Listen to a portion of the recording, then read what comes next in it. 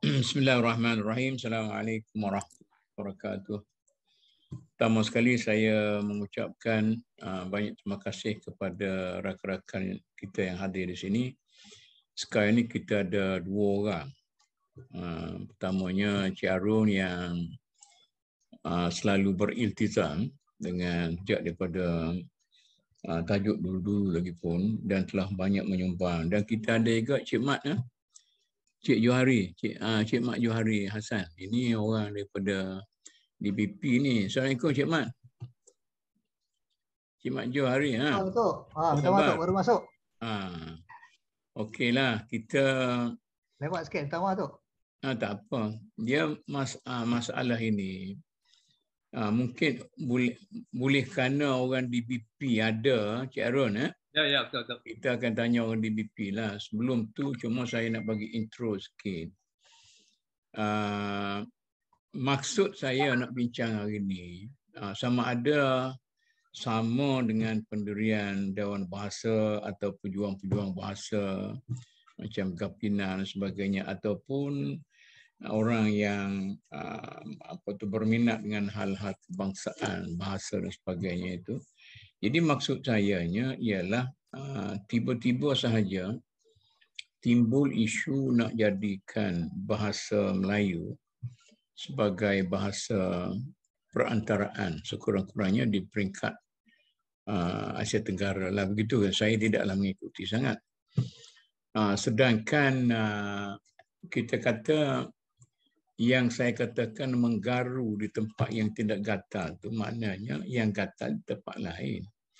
Jadi pengalaman sebagai seorang ahli lembaga Dewan Bahasa selama 6 tahun saya duduk di situ, saya rasa begitu jerih. Orang Dewan Bahasa rasa sangat terkilan dalam banyak hal kerana soal bahasa ni diketepikan begitu sajalah. Mungkin oleh kerajaan pada waktu itu, mungkin kerajaan pada waktu ini telah memberi perhatian, tapi tiba-tiba saja dalam keadaan bahasa Melayu di negara ini ada masalah dari segi penerimaan masyarakat umum dan tidak sangat dibantu oleh kerajaan, terutama sekali Kementerian Pendidikan dan sebagainya. Tiba-tiba saja keluar isu nak mengantarabangsakan. Jadi macam pelik lah sikit.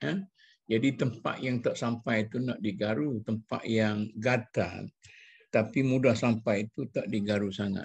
Kemudian telah timbul pula bantahan daripada Indonesia.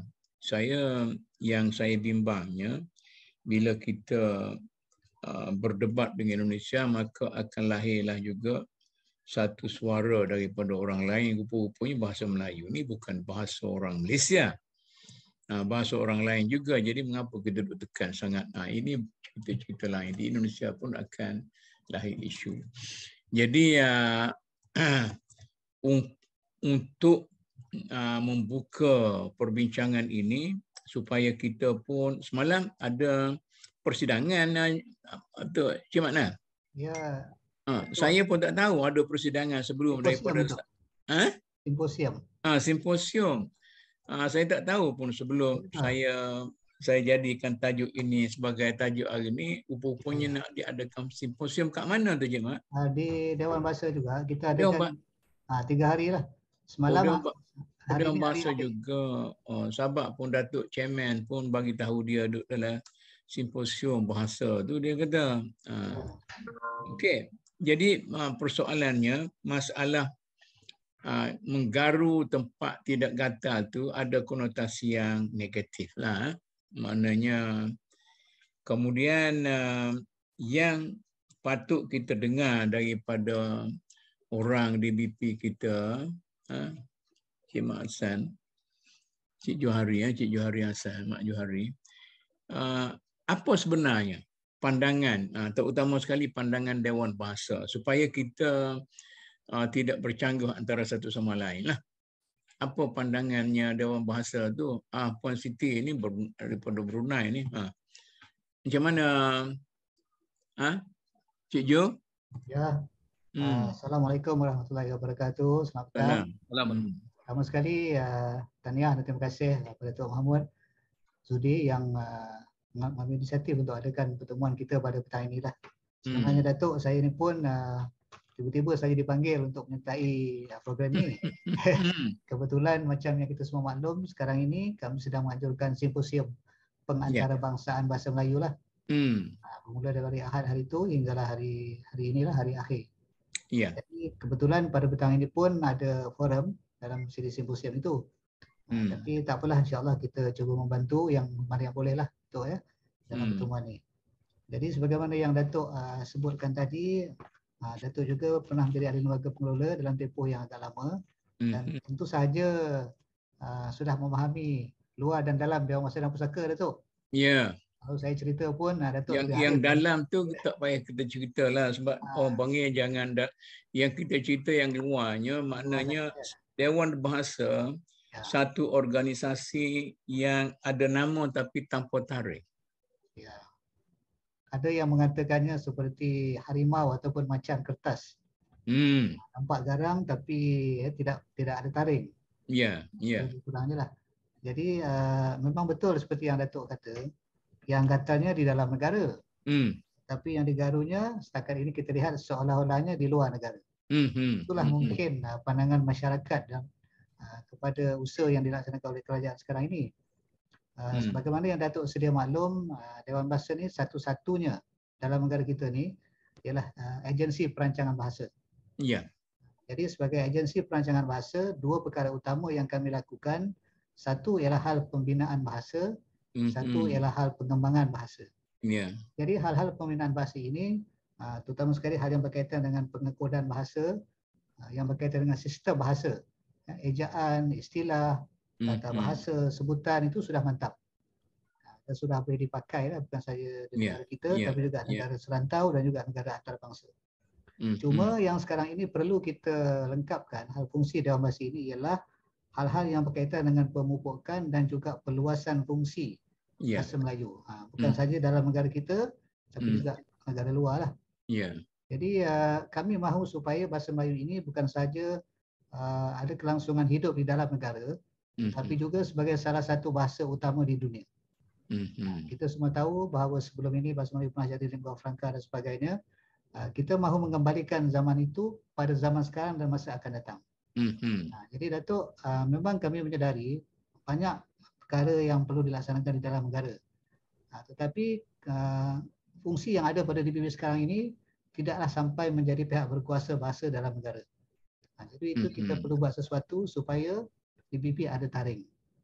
Sebab itu kalau Datuk dan rakan-rakan dengar dan ikuti, ada cadangan untuk kita meminda akta DPP supaya DPP menjadi pihak berkuasa bahasa di negara kita. Bukan saja boleh memberi arahan, ulasan, nasihat, bantuan, bimbingan, latihan ataupun pengawasan bahasa, tetapi teguran dan nasihat DPP itu didengari dan diikuti oleh pihak yang berkaitan lah. Itu belum ada tu. Jadi kita perlu buat suatu pindaan akta. Di luar negara, kita memerlukan satu perancangan strategik untuk kita mengembangkan bahasa Melayu dalam konteks taraf antarabangsanya itu. Sebagaimana bahasa-bahasa utama dunia yang lain lah yang sudah ada menjadi salah satu bahasa rasmi ASEAN dan juga salah satu bahasa rasmi di PBB. Jadi kita ke arah itulah Datuk. Jadi masalah bantahan daripada Indonesia itu macam mana? Yang itu juga sudah dibincangkan di peringkat yang tinggi. Sebenarnya macam yang kita maklum lah Datuk, bahasa Indonesia itu salah satu daripada bahasa Melayu juga. Hanya variasinya saja. Dan bahasa, kalau kita lihat bahasa-bahasa lain juga, dia tidak mengikut bahasa negara. Sebagai contoh bahasa Inggeris, kalau di Britain tak dinamakan bahasa Britain, di Amerika Syarikat juga tidak dinamakan bahasa Amerika, tetapi mereka memanggilnya sebagai bahasa Inggeris. Jadi penamaan bahasa tidak mengikut negara lah. Jadi begitu juga bahasa Melayu, kalau kita lihat pada kawasan diaspora yang lebih besarnya, juga tidak mengikut negara. Bahasa Melayu di Afrika. Jadi maknanya boleh kita guna pendekatan yang sama lah kalau Indonesia setuju. Sebab bahasa Indonesia itu juga asalnya ialah bahasa Melayu. Tapi kalau kita nak ungkit yang tu mungkin akan Sebab sebelum COVID itu saya ada di Jakarta dan kita bincang juga dengan, pasal saya ada concern dengan Jawi itulah. Jadi dia orang Jawa ni dia pun ada semangat Jawa juga. Dia kata kalau yang tu bahasa Melayu, maka orang Indonesia pun mau bahasa Jawa lah jadi bahasa kebangsaan kita. Macam mana tu? Kalau kita lihat tu Datuk, ada sejarah yang panjang tentang pemilihan bahasa negara di Indonesia. Dan penamaan bahasa Indonesia itu pada tahun 1928 tak silap saya, tentang Sumpah Pemuda kan.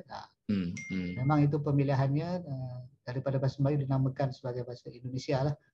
Untuk tujuan perpaduan nasional di Indonesia. Di Brunei, Puan Siti, ini kebetulan Puan Siti Alawiyah, sebelum saya minta Cik Harun bagi ulasan. Puan Siti, di Brunei macam mana? Ada reaksi ke tidak? Datuk, saya baru masuk ni, saya belum mengikuti dari awal tadi. Maksudnya bagaimana tu? Maknanya usaha kerajaan Malaysia untuk mengantarabangsakan bahasa Melayu.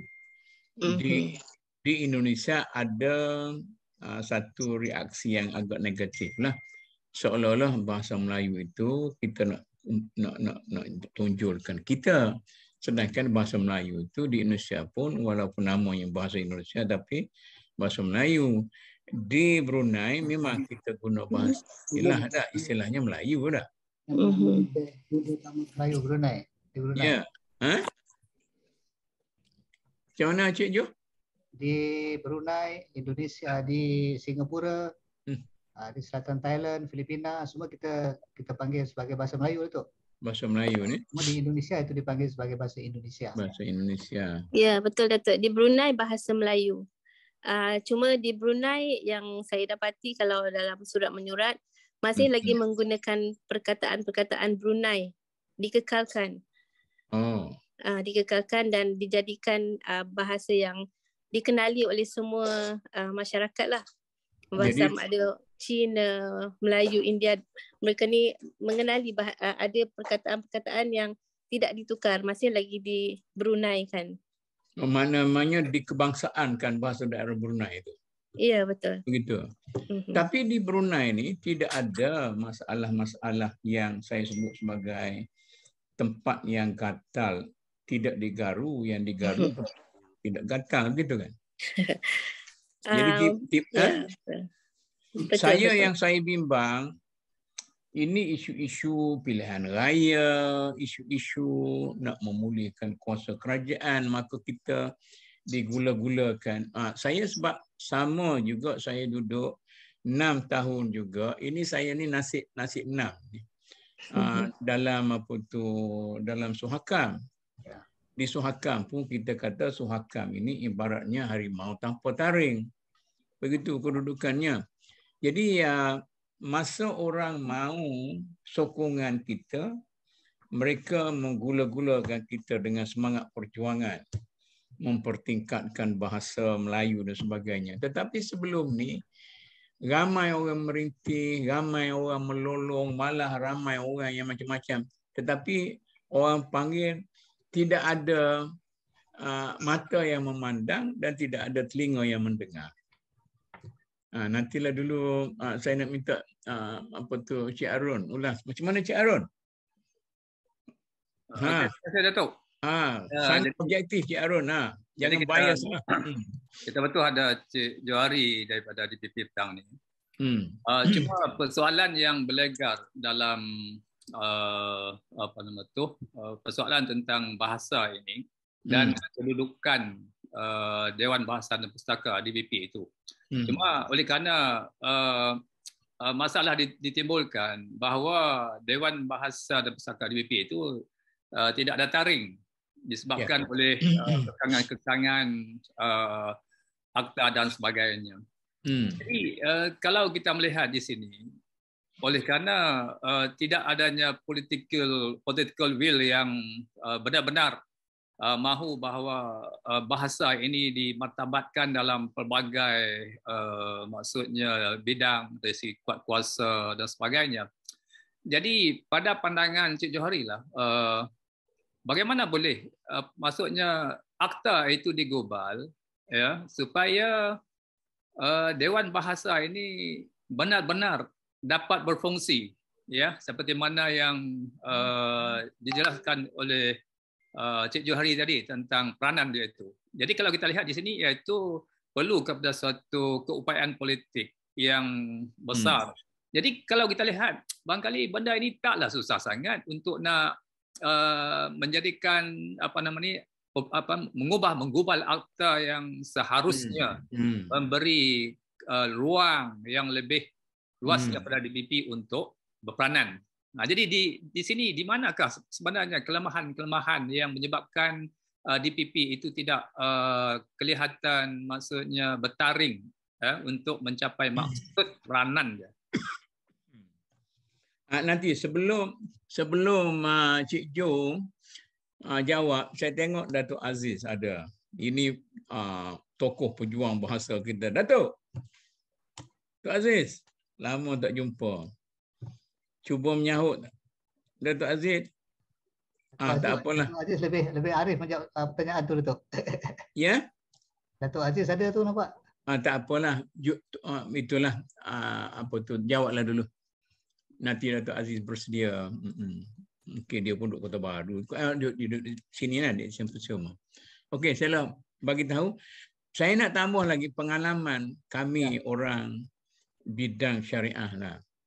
Akta cukup, orang cukup, taring ada, tapi political will tidak ada. Jadi diberi kuasa kepada mahkamah, diberi sekian-sekian, tapi ada kuasa-kuasa yang masih lagi dipegang oleh orang-orang politik. Saya ada reservation sikit tentang apabila anjuran ini dilakukan oleh orang politik, maka keikhlasan orang politik itu saya boleh pertikaikan. Saya boleh pertikaikan terutama menjelang pilihan raya. Macam baru-baru ni kita buat di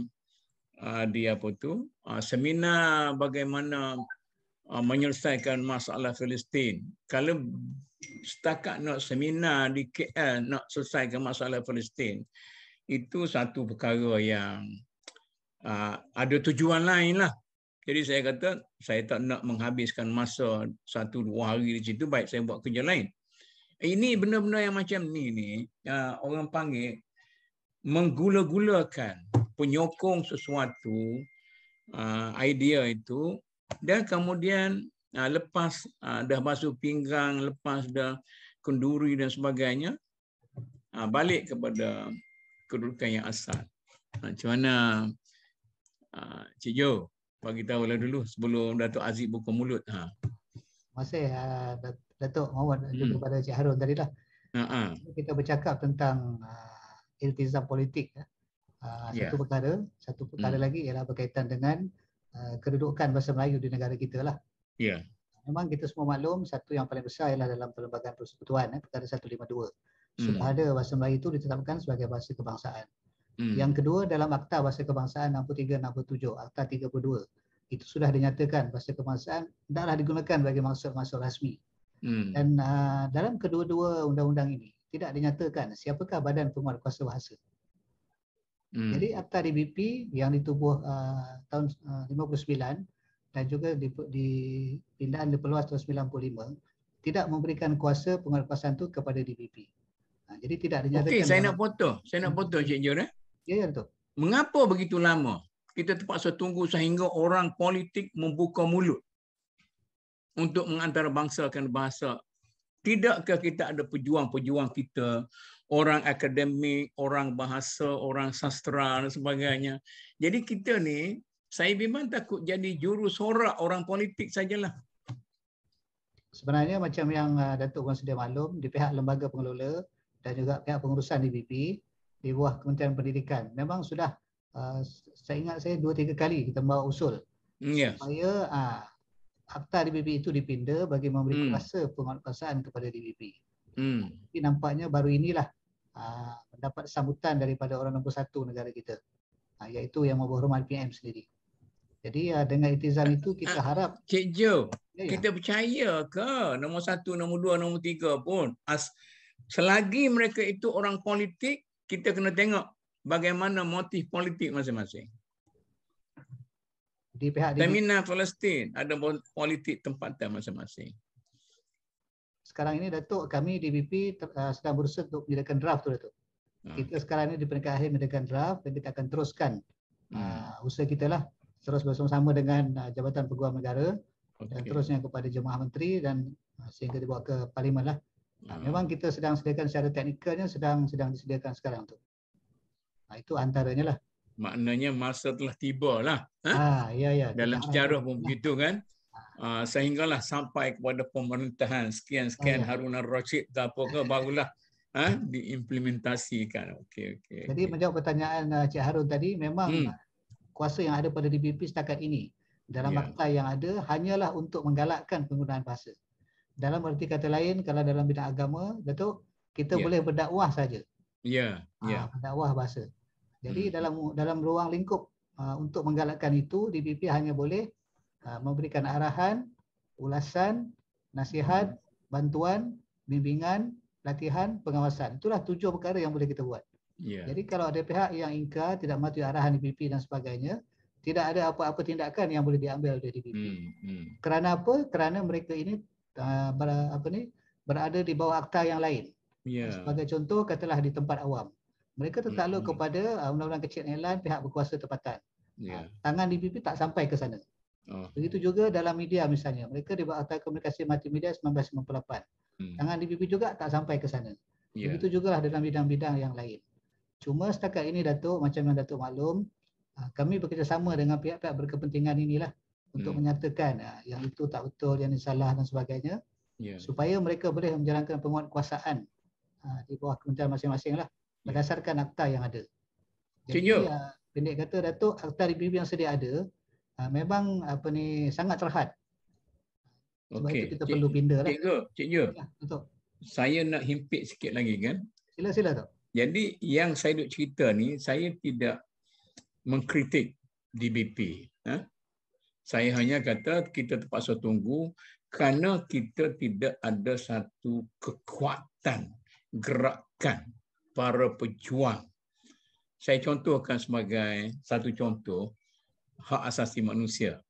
Walaupun Suhakam dianggap sebagai harimau tanpa taring, tetapi perjuangan yang dianjurkan oleh Komanggo memberi suatu impak yang besar terhadap kedudukan hak asasi manusia bagi mereka yang merasa hak asasi mereka di negara ini tidak diberi dengan sepenuhnya.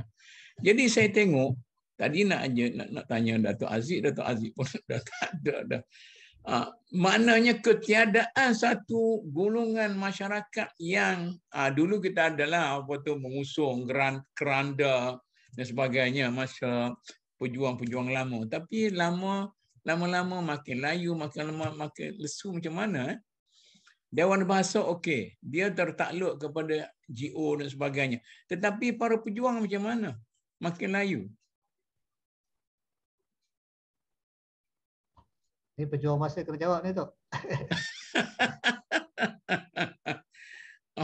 Dia tidak ada pejuang bahasa. Bagi pihak DBP, kami melihat Datuk, mereka sentiasa menyokong kami. Perjuangan mereka masih kekal seperti dahulu. Mereka berjuang martabatkan bahasa Melayu ni. Mereka berada bersama-sama dengan DBP lah setakat ini. Okey. Saya buka lagi. Siapa dia ada? Tadi ada lagi. Ini masuk keluar ni. Cik Arun ada lagi nak sebut Cik Arun? Yalah. Seperti mana yang Datuk dan Cik Johari katakan bahawa adanya kelesuan kepada pejuang-pejuang bahasa ini, ya, kalau kita lihat gerakan untuk memartabatkan bahasa itu, kita lihat banyak, ya, gabungan-gabungan seperti Gapena, Pena, dan juga pelbagai NGO yang lain yang berkaitan dengan bahasa dan sastra. Tetapi oleh kerana tidak ada satu platform yang boleh mereka masuk, ya, ke dalam ruang politik ini, Jadi cuba untuk masuk dalam ruang politik tetapi tidak ada respon daripada ahli-ahli politik ya untuk nak melihat isu ini.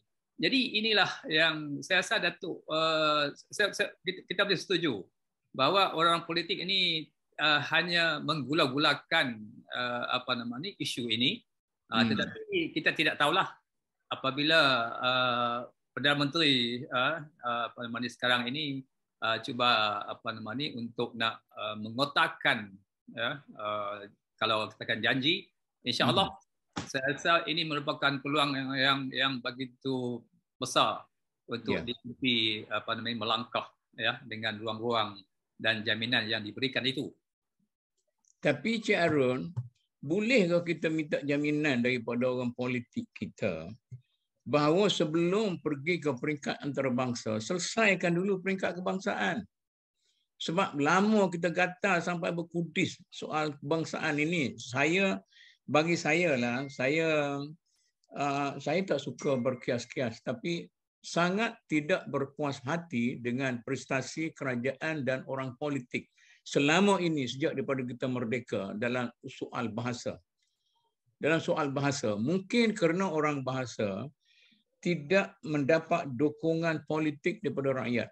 Kalau orang agama lain, kalau orang agama di bisik-bisik sikit, orang politik agak takut kerana dalam negara ini orang peringkat bawahan sangat kuat berpegang dengan dasar agama dan sebagainya, tapi saya tak nampak juga bahasa mendapat sokongan daripada grassroots yang kuat.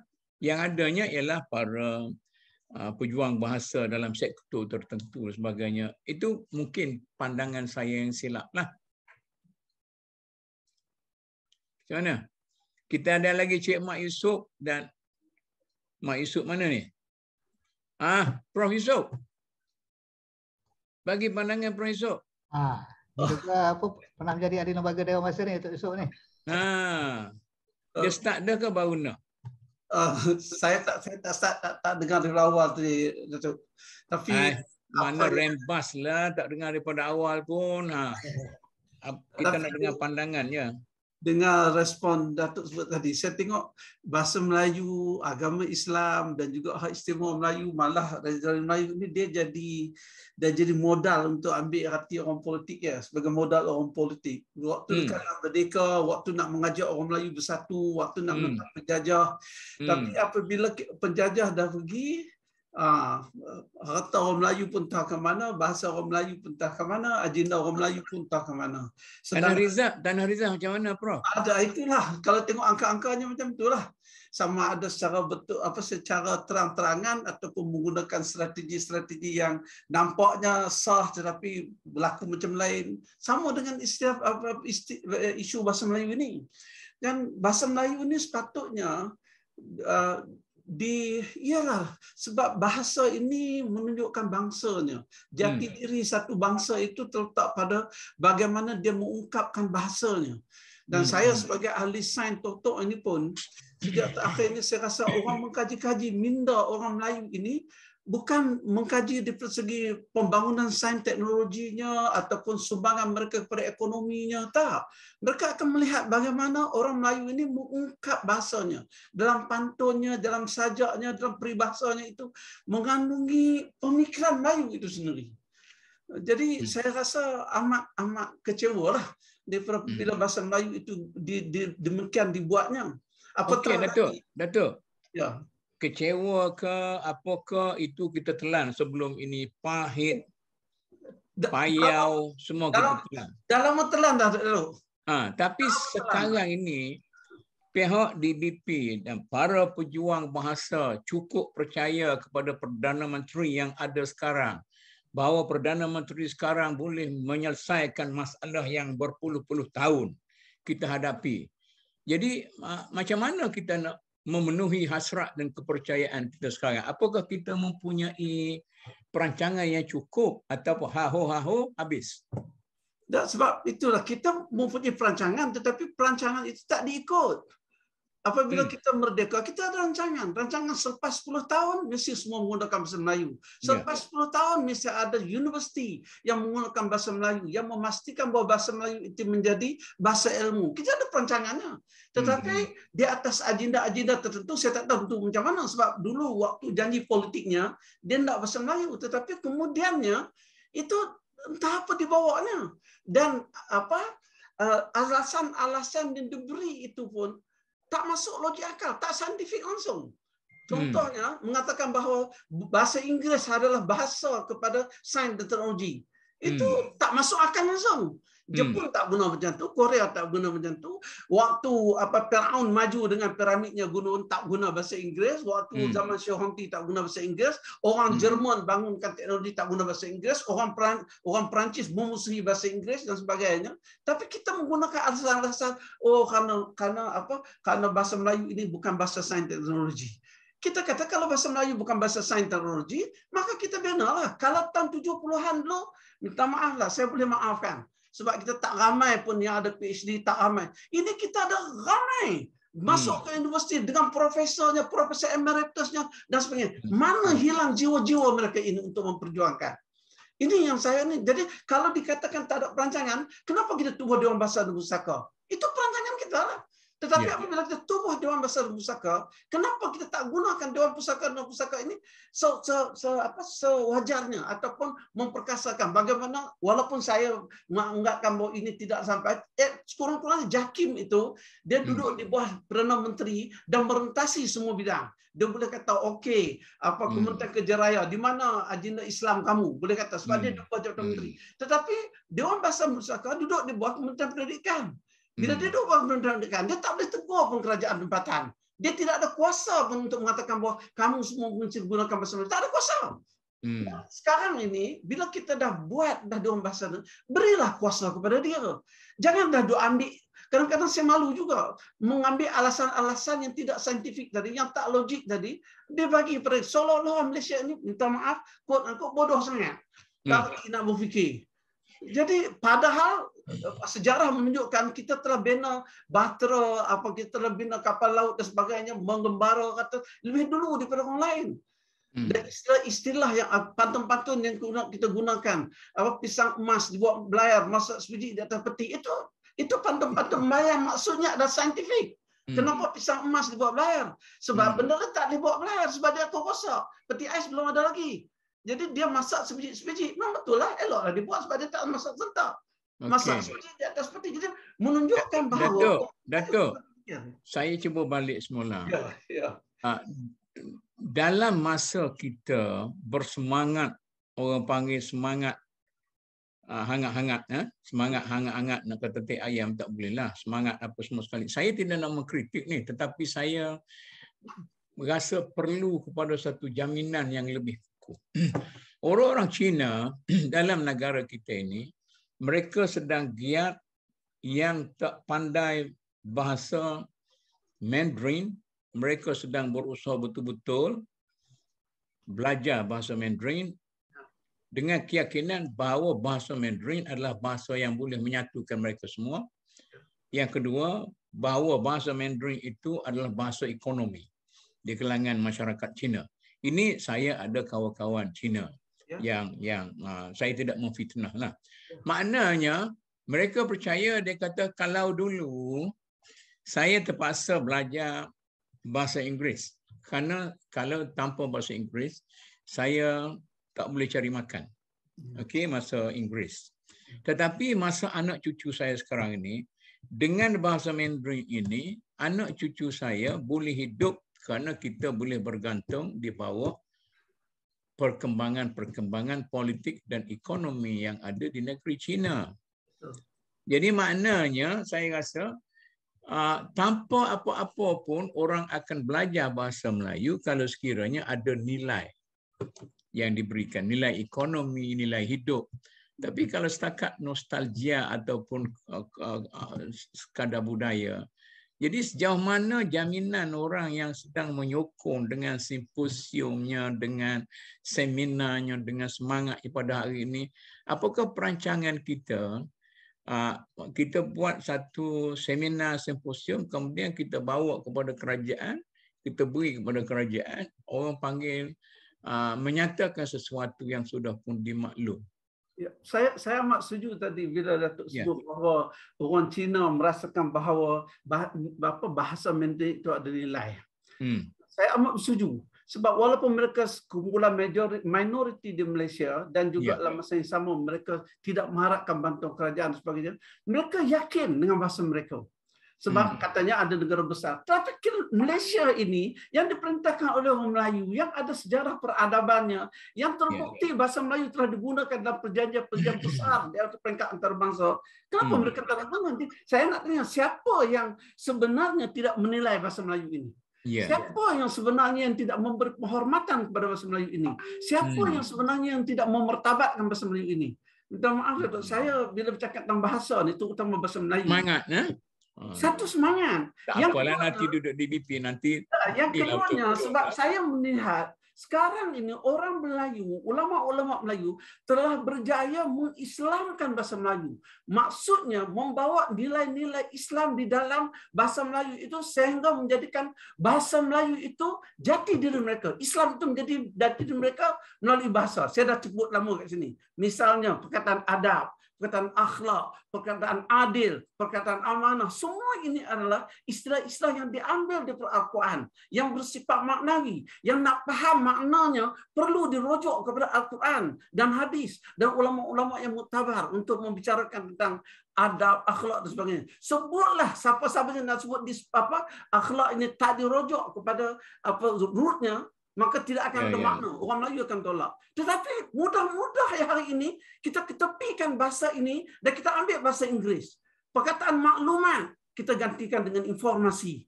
Perkataan pada saat itu jadikan momen dan sebagainya. So siapa sebenarnya yang merendahkan nilai ini? Datuk, saya mencelah lagi kan? Ya. Saya adalah seorang yang suka mengumpulkan bahan-bahan lama.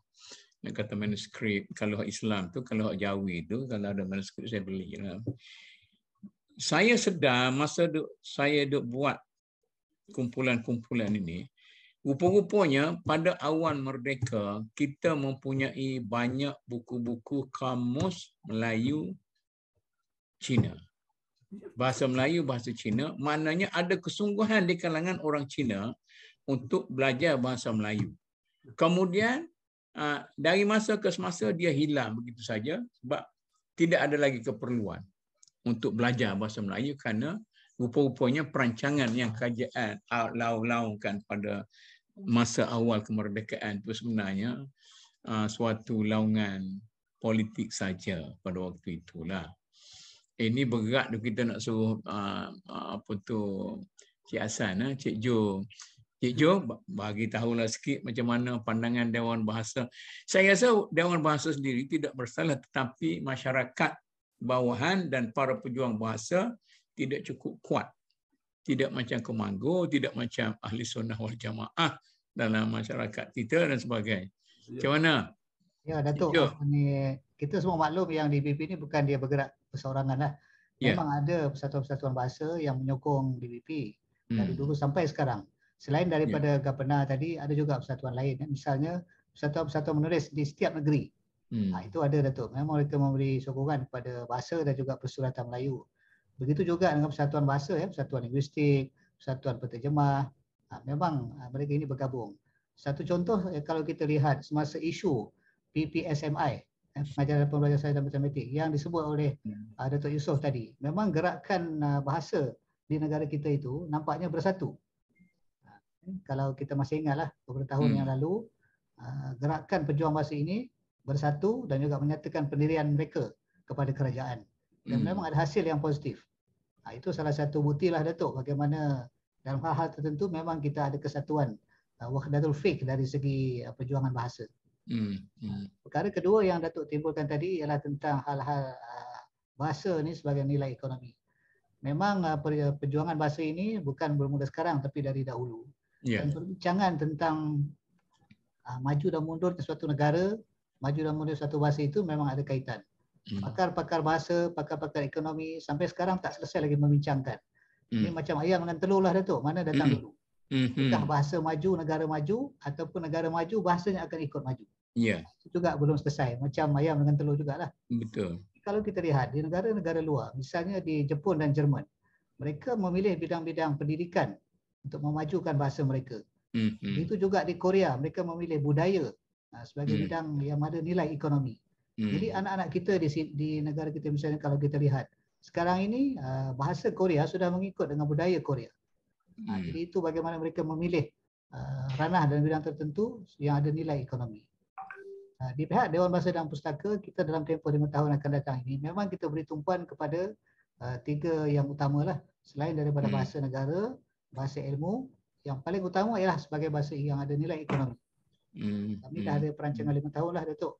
Kita laksanakan bahasa ini bukan saja bahasa ada nilai ekonomi tapi juga memberi sumbangan ekonomi. Jadi, itu perkara yang kita sedang laksanakan lah. Kita harapnya benda berlaku lah, tapi bagaimana tu belum. Ada perinciannya lah. Kalau saya nak kongsi di sini mungkin agak panjang. Yalah, panjang sangatlah. Salah satunya ialah tentang buku terjemahan dua bahasa yang Datuk sebutkan tadi. DPP memang ada kamus bahasa Melayu kepada bahasa-bahasa lain di negara kita. Melayu Mandarin, Melayu Tamil, itu memang ada. Begitu juga bahasa-bahasa utama dunia. Melayu Korea, Melayu Jepun, Melayu Perancis, itu memang kita sediakan. Supaya ada saling pertukaran bahasa antara bahasa Melayu dengan bahasa-bahasa utama negara kita dan juga bahasa dunia lah. Sebab Mandarin dan Tamil ini juga salah satu daripada bahasa utama dunia. Jadi supaya bahasa Melayu ini sama tinggi dengan bahasa-bahasa lain. Pada pandangan saya Datuk, memang banyak yang sudah kami lakukan, cuma belum mencukupi. Sebagai Datuk katalah. Ya. Itu Dewan Bahasa yang lakukan. Tapi gerakan rakyat terhadap penguasaan bahasa Melayu. Misalnya itu mungkin nak tanya Datuk Aziz pun dia tak ada, dia mengundur diri. Okeylah, tak apalah. Ini soal sikap dan penerimaan masyarakat lah. Ya. Setakat ini belum ada satu kajian yang khusus. Mungkin ada kajian sarjana atau PhD di universiti yang mengkaji tentang tanggapan dan juga penerimaan masyarakat kepada bahasa Melayu lah. Cuma kalau kita mengaku yang kita ini rakyat negara ini, warga negara, kita harus terima ini sebagai salah satu dasar negara. Sebagaimana dasar-dasar yang lain juga. Bahasa ini salah satu pancang yang menjadi tonggak tamadun negara. Jadi kalau kita terima kad pengenalan kita sebagai warga negara Malaysia, salah satu dasar negara ialah dasar bahasa. Dan dalam dasar bahasa itu dinyatakan bahasa Melayu sudah dipilih sebagai bahasa kebangsaan dan juga bahasa rasmi. Macam ni, setakat yang saya faham. Katakanlah saya ambil satu kes apa ni? Saus ini ni. Bangsa Saus. Bangsa Saus. Dia kata macam ni. Kalau kita letak fully bahasa Melayu, orang tak pergi beli dan harga tak tinggi. Tapi oleh kerana kita letak nama bangsa, pada bahasa Inggeris pula Saus. Jadi naik dia punya tu, maka orang semua beli. Macam Damansara Ratu, Damansara ni, Damansara Ratu, Damansara ni. Jadi nak lawan yang ini pun tak boleh. Macam mana ni? Ini pada pandangan saya Datuk, ini berdasarkan penerimaan masyarakat lah. Mereka menerima bahasa Inggeris itu, dia terpesona dengan bahasa itu, jadi dia kata bila nama dalam bahasa Inggeris atau bahasa lain ada nilai ekonomi. Hebat. Apa yang kita beri duduk Saus. Salad Saus. Banyak juga contoh tu nama-nama dalam bahasa Melayu yang laku di pasaran. Taman-taman perumahan lain ada juga. Jadi saya fikir itu pandangan masyarakat lah. Soal mentaliti. Dia terpesona dengan bahasa Inggeris. Jadi kalau nama dalam bahasa Inggeris boleh jual, ada nilai ekonomi. Okey, nanti saya nak tanya lagi. Kalaupun sikit lagi, Dewan Bahasa mempunyai kuasa, mempunyai taring. Sama ada taring yang tumbuh atau taring yang dipasang, tak kira lah sekarang ni. Gigi palsu pun boleh pecahkan tempurung. Macam mana Dewan Bahasa nak buat dengan rakyat yang tidak begitu menghargai bahasa sendiri? Bahasa ni Datuk ialah hak masyarakat dan pengguna bahasa. Kami sebagai agensi kerajaan kita tak boleh memaksa mereka untuk menggunakan apa sahaja bahasa. Ikut pula mereka lah. Cuma dalam hal-hal yang melibatkan maksud rasmi, itu kita perlu kawal lah sebab itu dasar negara. Jadi kalau kita anggap penamaan kawasan perumahan di bawah PBT, Bila mereka berurusan dengan pihak berkuasa tempatan, ada undang-undang kecil di sana yang memerlukan pengesahan penggunaan bahasa daripada DPP. Kerjasama itu boleh kita lakukan, Datuk. Dan sudah pun berjalan sekarang inilah.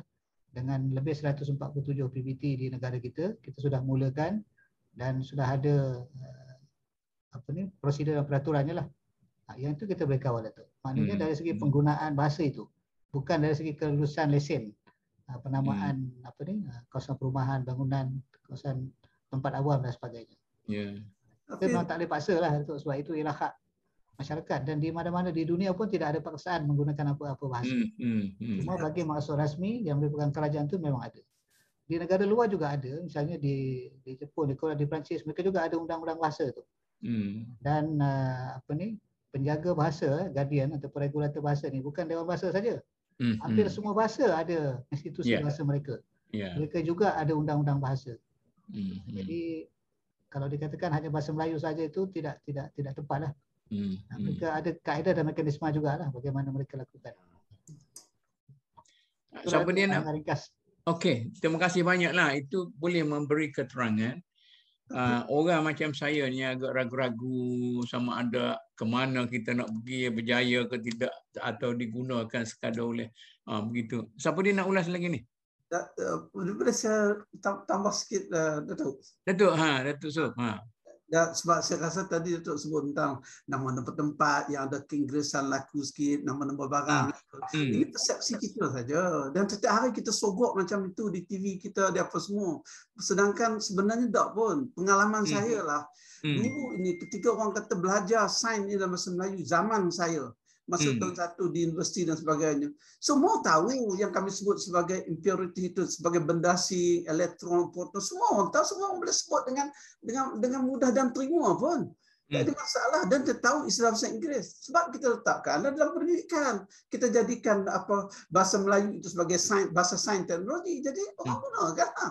Jadi dan hari ini saya rasa yang ini lebih persepsi. Kalau kita guna dia punya bekasnya cantik dengan bahasa ini cantik, isinya tak berkualiti jugalah. Tapi Datuk, itulah yang kita risau sangat dengan keputusan politik ini. Dah kita mula sekarang sampai satu peringkat penubuhan industri kebangsaan dalam bahasa Melayu apa semua sekali, datang dia buat perubahan. Politik tak menyebabkan kita punya progres perjuangan tu terputuslah. Baru nak berjuang. Saya amat bersetuju ni. Sebab apa? Ketika dulu tu saya sebut tadi, ketika orang masih tak ramai, pensyarah masih tak ramai, profesor pun masih tak ramai, syarahan perdana pun masih tak banyak. Kita berjaya menghasilkan buku-buku teks, buku-buku rujukan di peringkat universiti. Tapi hari ini universiti guna bahasa Inggeris. Saya mimpikan, saya idamkan satu ketika nanti kita akan menerbitkan begitu banyak jurnal bahasa Melayu yang akan menyatakan tentang sains dan teknologi, akan melaporkan hasil-hasil kajian sains dan teknologi, bagaimana di Jepun, bagaimana di Korea, bagaimana di Jerman dan sebagainya. Tetapi akhirnya hari ini ternyata yang keluar dalam bahasa Melayu tak ada ambil kira oleh pihak tertentu. Tidak diambil kira. Tak ambil kira. Dia kata ni KPI-nya rendah dan sebagainya. Dan kemudian keluar bahasa Inggeris. Jadi pensyarah pun nak naik pangkat juga. Pensyarah pun naik di perusahaan media juga. Jadi bila saya ajak pensyarah-pensyarah yang muda ketika saya bertugas dulu lah, dia kata, you dapat profesor boleh lah. Kami, sebab dia letakkan agenda bahasa itu dengan kenaikan pangkat. Dan bahasa dia tak ada bahasa Inggeris. Dia menggunakan bahasa Melayu. Betul. Hari ini kalau Datuk tengok, kalau zaman dulu Datuk tulis buku yang sampai hari ini boleh lihat, orang tak nak tulis lagi. Sebab buku bahasa Melayu tak nak dikira. Kalau dia ambil kira semua, kita ada Dewan Bahasa, malah penerbit universiti. Banyak sekali universiti yang ada hari ini dibandingkan zaman dulu. Hanya Universiti Melayu, UKM, UTM, UPM gitu saya. Kenapa tak nak gunakan bahasa Melayu? Dan kadang-kadang itu yang kata glamour tadi apa semua dengan masuk dekat UKM kita tengok Bangi Gateway, apa hebatnya. Tapi Datuk yang menyedihkan, bahasa Melayu pun tak betul, tak entah ke mana, bahasa Inggeris pun tak betul, tak entah ke mana. Orang kata standard bahasa Inggeris Malaysia di peringkat antarabangsa tidak lagi macam dulu. Betul.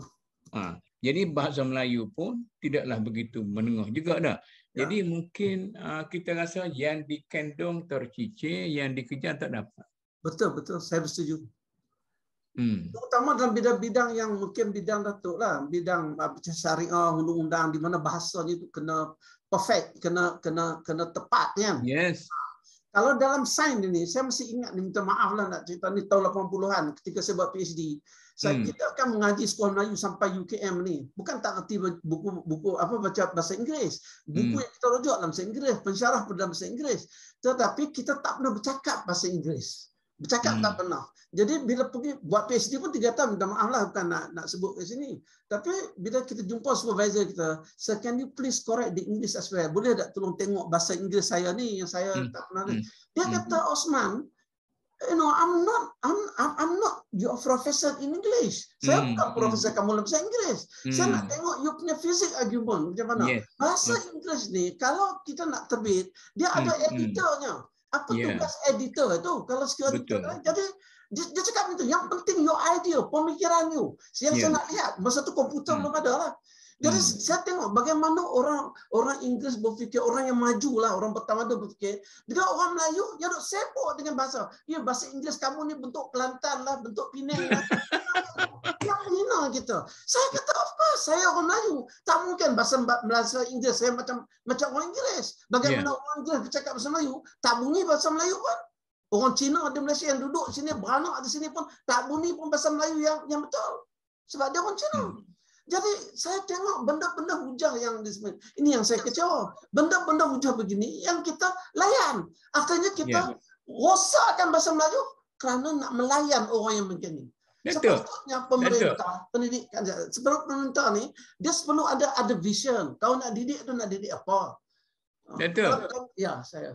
Dalam keadaan Dewan Bahasa menghabiskan 3 hari membuat simposium bahasa dengan pejuang bahasa, apa reaksi orang-orang universiti, para intelektual kita? Apakah mereka dokong ataupun sikap begitu-gitu saja? Saya tak ada angka, tak ada statistik, tapi saya tengok sekali lagi lah, mereka akan menggunakan persepsi mereka. Kalau mereka merasakan bahawa untuk future saya katakan universiti tak ubah pun dia punya sistem untuk menilai saya, dia ketawa-ketawa saya benda ni. Sebab siapa nak kira bahasa Melayu nak melingkup ke, nak ambil apa, nothing to do dengan dia. Terutama yang bagian bukan bahasa lah. Yang orang seperti Datuk Seri Awang Sarian, dia orang bahasa lain lah sikit. Kalau dalam bidang sains ni, minta maaf lah. Saya sendiri pun, walaupun saya pun sebahagian profesor dekat UKM pun student saya, isu yang sama ya.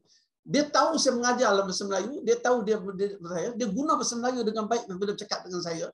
Tetapi bila sekali lagi bila tanya, apa pandangan? Itu bergantung pada persepsi dia. Dia kata di mana wahana, di mana platformnya untuk bahasa Melayu ini dapat diangkat ataupun diketengahkan. Kita sedia benda itu. Dewan bahasanya alat saja, dewan bahasanya agensi saja. Dan agensi akan tinggal agensi sebagai rasuah agensi ya. Kalau nak terima rasuah, dia terima rasuah. Buat besar itu pun dia terima rasuah. Tetapi kalau imannya tidak ada, kalau dalamnya tidak ada, kalau persepsi, perspektif minda dia tak ada, dosa buatlah agensi anti rasuah, orang nak terima rasuah. Sama dengan bahasa Melayu ni. Kalau ada persepsi dia, mindanya, cara dia berfikir bahasa Melayu dah tak betul, begitulah jadinya. Kita sebutlah bahasa dua bangsa ke, bahasa Melayu ke, bahasa kebangsaan negara ke semua. Tapi kita tak pernah didik betapa pentingnya. Saya minta maaf lah. Saya kata kalau seorang menteri di Jepun hari ini, dia menggunakan bahasa lain bila menerima Joe Biden datang negeri dia, tiba-tiba dia bagi ceramah dalam bahasa Inggeris, esok dia kena tak jawatan lah. Minta maaf. Kalau di negeri Jepun, kalau di Jerman. Kalau di negeri... Itu tekanan undang-undang ke atau tekanan moral? Tekanan moral masyarakat. Sebab masyarakat diterima bahawa yes, bahasa Inggeris penting dan sebagainya, tetapi kamu sebagai Perdana Menteri tidak boleh membawa imej bahasa Inggeris itu untuk ini. Kamu orang Jepun, kamu kena bawa imej Jepun. Cakap bahasa Jepun. Begitu juga orang Jerman dan sebagainya. Kalau ada komen sikit sebagainya. Ini masyarakat kita, dia hanya tahu bahasa Inggeris sepatah. So saja. Dia tak boleh tak sebut so. Ini saya nak sebut pengalaman saya lah. Waktu kami dari UKM dulu, ketika bahasa Inggeris ini sedang nak dibangunkan sebuah PPSMN, nak dianjurkan pada sekolah, kita minta orang kedutaan Jepun, kita jemput orang daripada wakil kedutaan Jepun untuk membicarakan bersedia atau tidak Jepun untuk menukarkan bahasanya kepada bahasa Inggeris. Kesimpulannya, no way dia kata. Tidak mungkin dia kata. Even pengalaman saya sebagai pengarah Islam Hadari, kami nak buat twin program antara Islam Hadari dan Kyoto University. Kyoto University ini the best university di Japan. Dan mereka ada bahagian Islamic Studies ini. Lalu kita nak buat twin program, maksudnya pelajarnya boleh hantar ke Hadari untuk belajar tentang halal dan sebagainya, dan kami akan cuba menyelia, dan dia balik ke negeri Jepun nanti, dia bagilah tesisnya, kita keluarkan 2 ijazah. Satu daripada UKM, satu daripada Jepun. Dia kata no way. Sebab perspektif orang Jepun ni, ilmunya mesti dalam bahasa dia. Jadi dia boleh buat riset di mana-mana, tetapi supervisionnya ataupun penyeliaannya dan sebagainya mesti menggunakan Japanese approach. Saya pernah, minta maaf tanpa ini orang kata nak panggungkan diri. Saya bagi ceramah berkenaan dengan Islam di Kyoto ini, lalu dia tipkan dan kemudiannya di subscribekan balik, kemudian dihantar pada saya apa yang saya ceramahkan itu, kemudian saya betulkan bahasa Inggerisnya, hantar balik, diterbitkan dalam Kyoto Bulletin. Saya tengok, saya baca balik, Inggeris saja dia macam lain. Macam Japanese English. Dia kan ada Japanese English, Sing Japanese, English, American English. Kemudian saya tanya ada kawan saya ni, kenapa tukar? Dia kata yang nak baca ni orang Jepun. Jadi kami nak bagi ilmu you ni kepada orang Jepun. Jadi dia perlu baca the Japanese English. Bukan English. Dia mempunyai perasaan sehingga demikian. Okey tu. Ya. Nanti kita ada Encik Zuhair dan Encik Fadil, dan kalau Puan Siti nak kalau Cik Arun pun nak cuba, kalau bagilah komen-komen.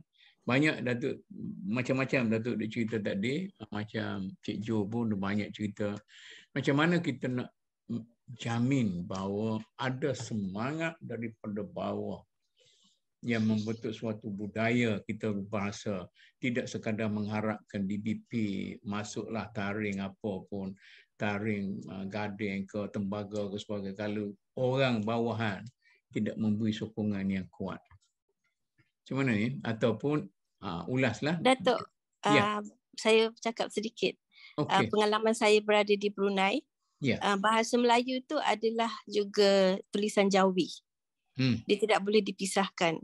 Jadi di Brunei ini dari sekolah agama itu masih lagi menggunakan buku-buku teks dalam tulisan Jawi. Dan di mana-mana yang seperti Datuk katakan tadi, nama-nama jalan, kalau di Malaysia mungkin dah ditukar west ke north dan sebagainya. Tapi di Brunei ni dia menggunakan tulisan Jawi untuk setiap nama jalan, nama simpang, nama nama kedai-kedai, dan itu menjadi satu syarat.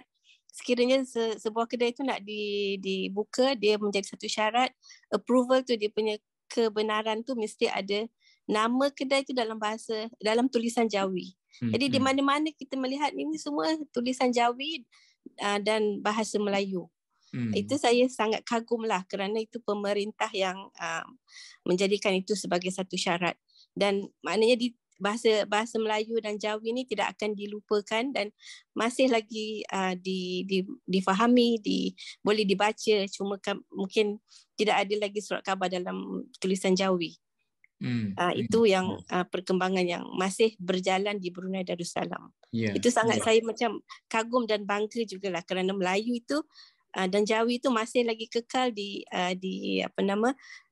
dipamerkan kepada masyarakat dan rakyat. Kat Singapura macam mana?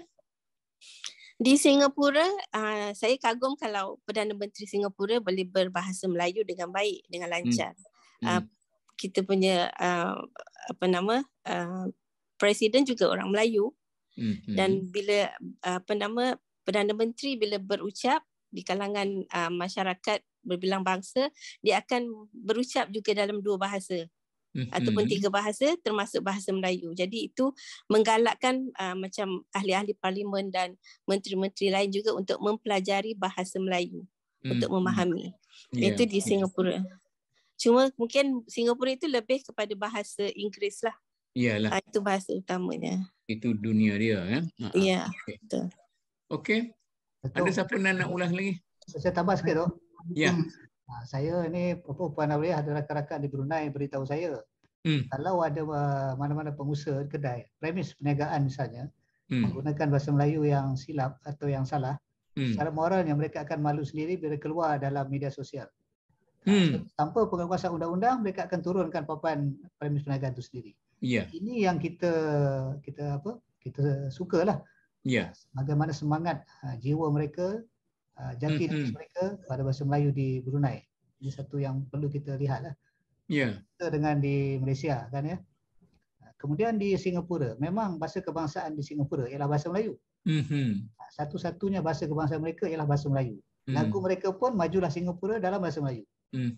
Cuma mereka ada 4 bahasa rasmi. Tak apalah, itu bahasa rasmi mereka ya. Melayu, Mandarin, Tamil, juga bahasa Inggeris.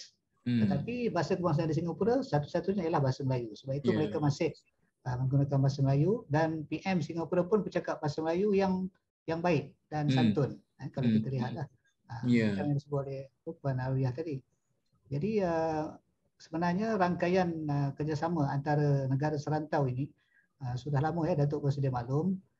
ABIM ditubuhkan begitu lama, dari tahun 72. Yang bersama kita Malaysia ni ada juga negara Brunei, Indonesia, Singapura. Thailand dah lama jadi pemerhati tapi tak masuk-masuk lagi. Bukan saja bahasa tapi juga sastra, kita ada Mastra Asia Tenggara. Dan di peringkat antarabangsa kita sudah ada MABM, Majlis Antarabangsa Bahasa Melayu, sejak tahun 2000 lagi. Dan berpuluh-puluh negara. Jadi dari segi prasarana memang sudah ada. Cuma macam yang kita bincang tadi lah, Datuk, iltizam dan ketegasan politik itu perlu. Samping kejelasan kita sebagai rakyat lah, yang mesti disatukan dan dipadukan. Baru dia boleh jadilah. Itulah masalahnya. Saya sekadar melahirkan kebimbangan. Melahirkan kebimbangan, takut berulang apa semua sekali. Cik Zuhair. Ya, baik. Terima kasih. Terima kasih kepada sahabat yang ada. Baik, saya ada beberapa perkara lah untuk diutarakan. Pertama sekali tentang relevan tak seminar yang diadakan sekarang oleh DBP di Kuala Lumpur sekarang. Jadi saya sebagai orang yang bijak, kita perlu ambil peluang ni lah. Untuk kita berada di pasaraya, datang seorang jutawan sedang menabur berjuta-juta ringgit kan. Takkan kita nak lihat saja. Kalau kita lihat, kita pun tak ada duit, kita lihat saja. Itu namanya bodoh, sombong kan. Mungkin saya rasa ini tindakan bijak lah yang diambil oleh DBP menyuarakan ataupun mencadangkan ataupun untuk memperkasakan akta DBP lah. Cuma salah ke Cik Zuhair, dalam kita menyanjung, memuji DBP, mengambil langkah bijak, kita juga menyatakan kebimbangan kita kalau akan berulang apa yang selalunya berulang dalam masyarakat kita. Hanya orang politik sahaja yang ada telunjuk. Itu satu hal lah. Saya nak berkatakan tentang seminar tu, relevan ataupun tak relevan. Saya relevan lah. Kita ambil peluang tersebut. Seperti mana yang pernah dinyatakan oleh almarhum Tuan Guru Ni Aziz. Orang bagi gula kita ambil, orang bagi beras kita ambil. Tapi apabila dalam memperjuangkan bahasa, kita perjuangkan bahasa lah. Perjuangkan bahasa. Dan yang kedua tentang Datuk ada beritahu tadi, orang agama, dakwah mereka mantap, dakwah mereka konsisten, kekal, bersistematik, dan dapat bertahan dengan teguh lah. Saya nampak isu yang utama ialah dalam konteks agama, orang agama ni mereka minta maaf lah, mungkin pengetahuan saya juga terhad, kebanyakan orang agama ni dipayung oleh raja-raja dan sultan. Kan? Mereka berada di bawah kuasa sultan. Mengikut negeri. Sebab itu mereka boleh mengeluarkan fatwa yang berbeza. Dan fatwa bagi setiap negeri juga berbeza dalam hal agama ini. Tapi mengapa bahasa Melayu tidak berada di bawah sultan? Cik Zuhair, saya nak betulkan sikit. Kita ada Majlis Agama Islam dan Adat Istiadat Melayu Kelantan. Ini saya kali jumpa Datuk Aziz ni, saya nak komplain Datuk Aziz. Dia macam mana dia boleh cabut ni? Kita nak tanya dia. Saya dengan Datuk Aziz terlibat dalam usaha menghidupkan kembali unsur yang kedua itu. Agama Islam itu dah kukuh, tapi adat istiadat Melayu itu Kita sedang berusaha, Datuk Nik Sufiah lah, betul Prof apa Hashim apa semua. Jadi benar-benar ni kita rasa ada ruang. Cuma kita sahaja yang tidak mengambil peluang ruang yang ada itu. Ibarat kolam kita mempunyai ikan yang cukup, cuma kita tidak mengail sahaja. Itu sahaja. Saya nak mempertikaikan masalah masyarakat kita yang tidak mengambil hirau tentang nilai budaya, nilai bahasa, malah nilai agama juga. Mereka mengambil niat agama itu kerana takut masuk neraka sajalah. Itu saja. Betul. Itu perkara yang kedua yang saya nak utarakanlah. Maksudnya orang-orang bahasa yang berada di setiap negeri ini perlu berpadulah dengan sultan, dengan raja, supaya bahasa ni dapat dipertahankan seperti mana sultan raja mempertahankan agama itu sendiri.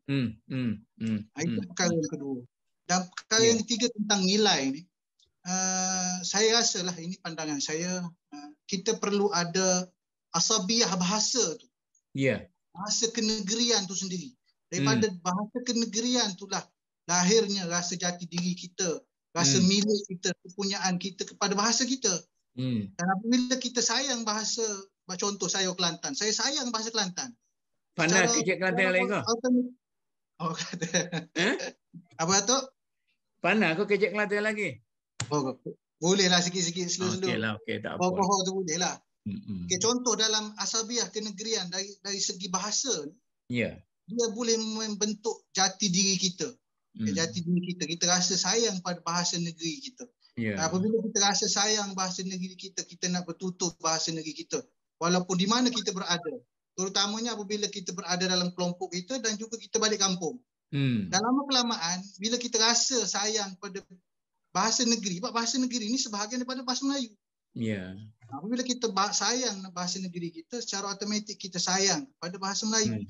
Dan orang bukan bahasa Melayu pun kagum. Orang bahasa Melayu, orang Melayu ni, mereka masih lagi sayang pada bahasa negeri mereka. Dan pihak-pihak yang berkepentingan perlu mengambil cakna lah tentang hal ini untuk membentuk jati diri, suka akan bahasa negeri itu sendiri. Contoh kan, generasi sekarang ni bila balik kampung, generasi muda lah, balik kampung, mereka tak bertutur dalam logat negeri mereka sendiri. Dan mereka bertutur dalam bahasa Inggeris. Sebab apa?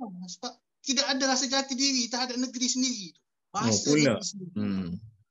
Jumpa orang Mocik dia pun cakap Inggeris juga? Cakap Inggeris. Anak-anak sekarang ni yang belajar di Kuala Lumpur, di Selangor. Okeylah. Dia ajar, dia asuh. Dalam bahasa Inggeris. Sebab bahasa Inggeris ni pada tanggapan mereka ialah bahasa ilmu. Jadi pihak-pihak berkepentingan perlulah memperbanyak program-program untuk menaikkan lagi semangat asabiah terhadap bahasa. Cik Zuhair, bolehkah kita cadang supaya Dewan Bahasa ni menjadi ubur penggerak zaman, penggerak masyarakat, bukan lagi ubur penyokong sekadar untuk menyokong cadangan kerajaan.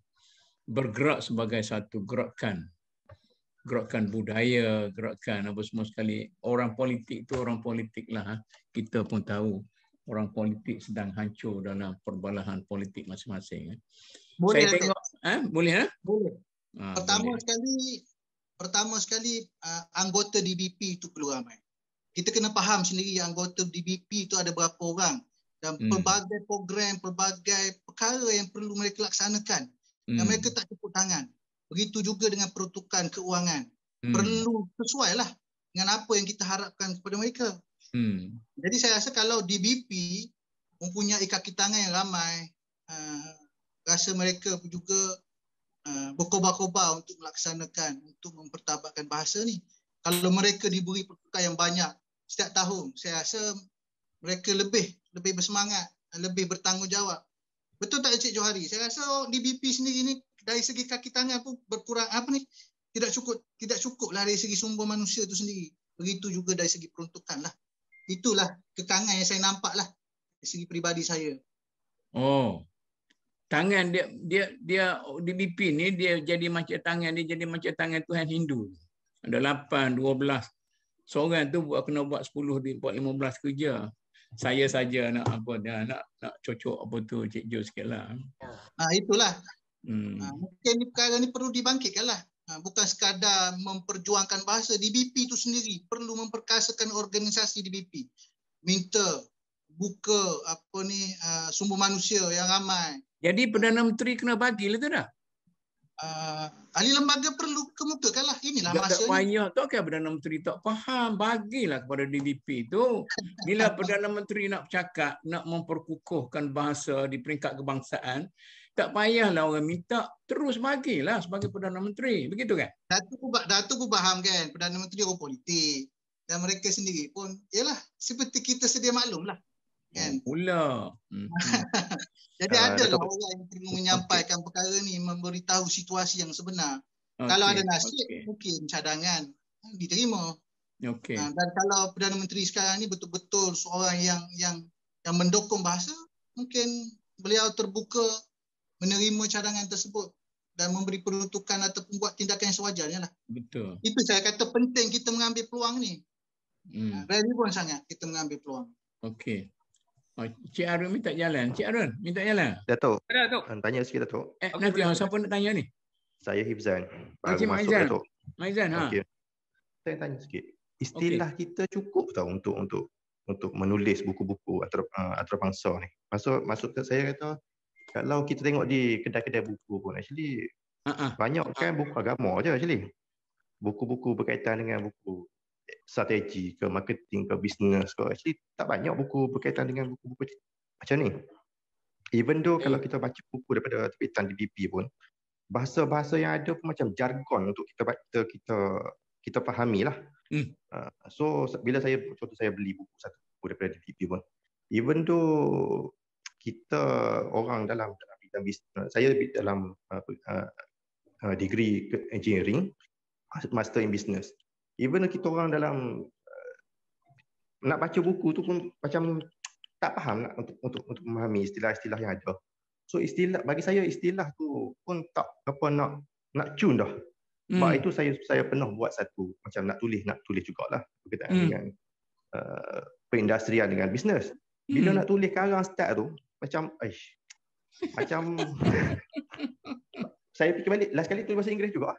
Sebab istilah tu tak ada dalam mindset, mentality apa semua tak ada istilah. Tak jumpa istilah yang sama.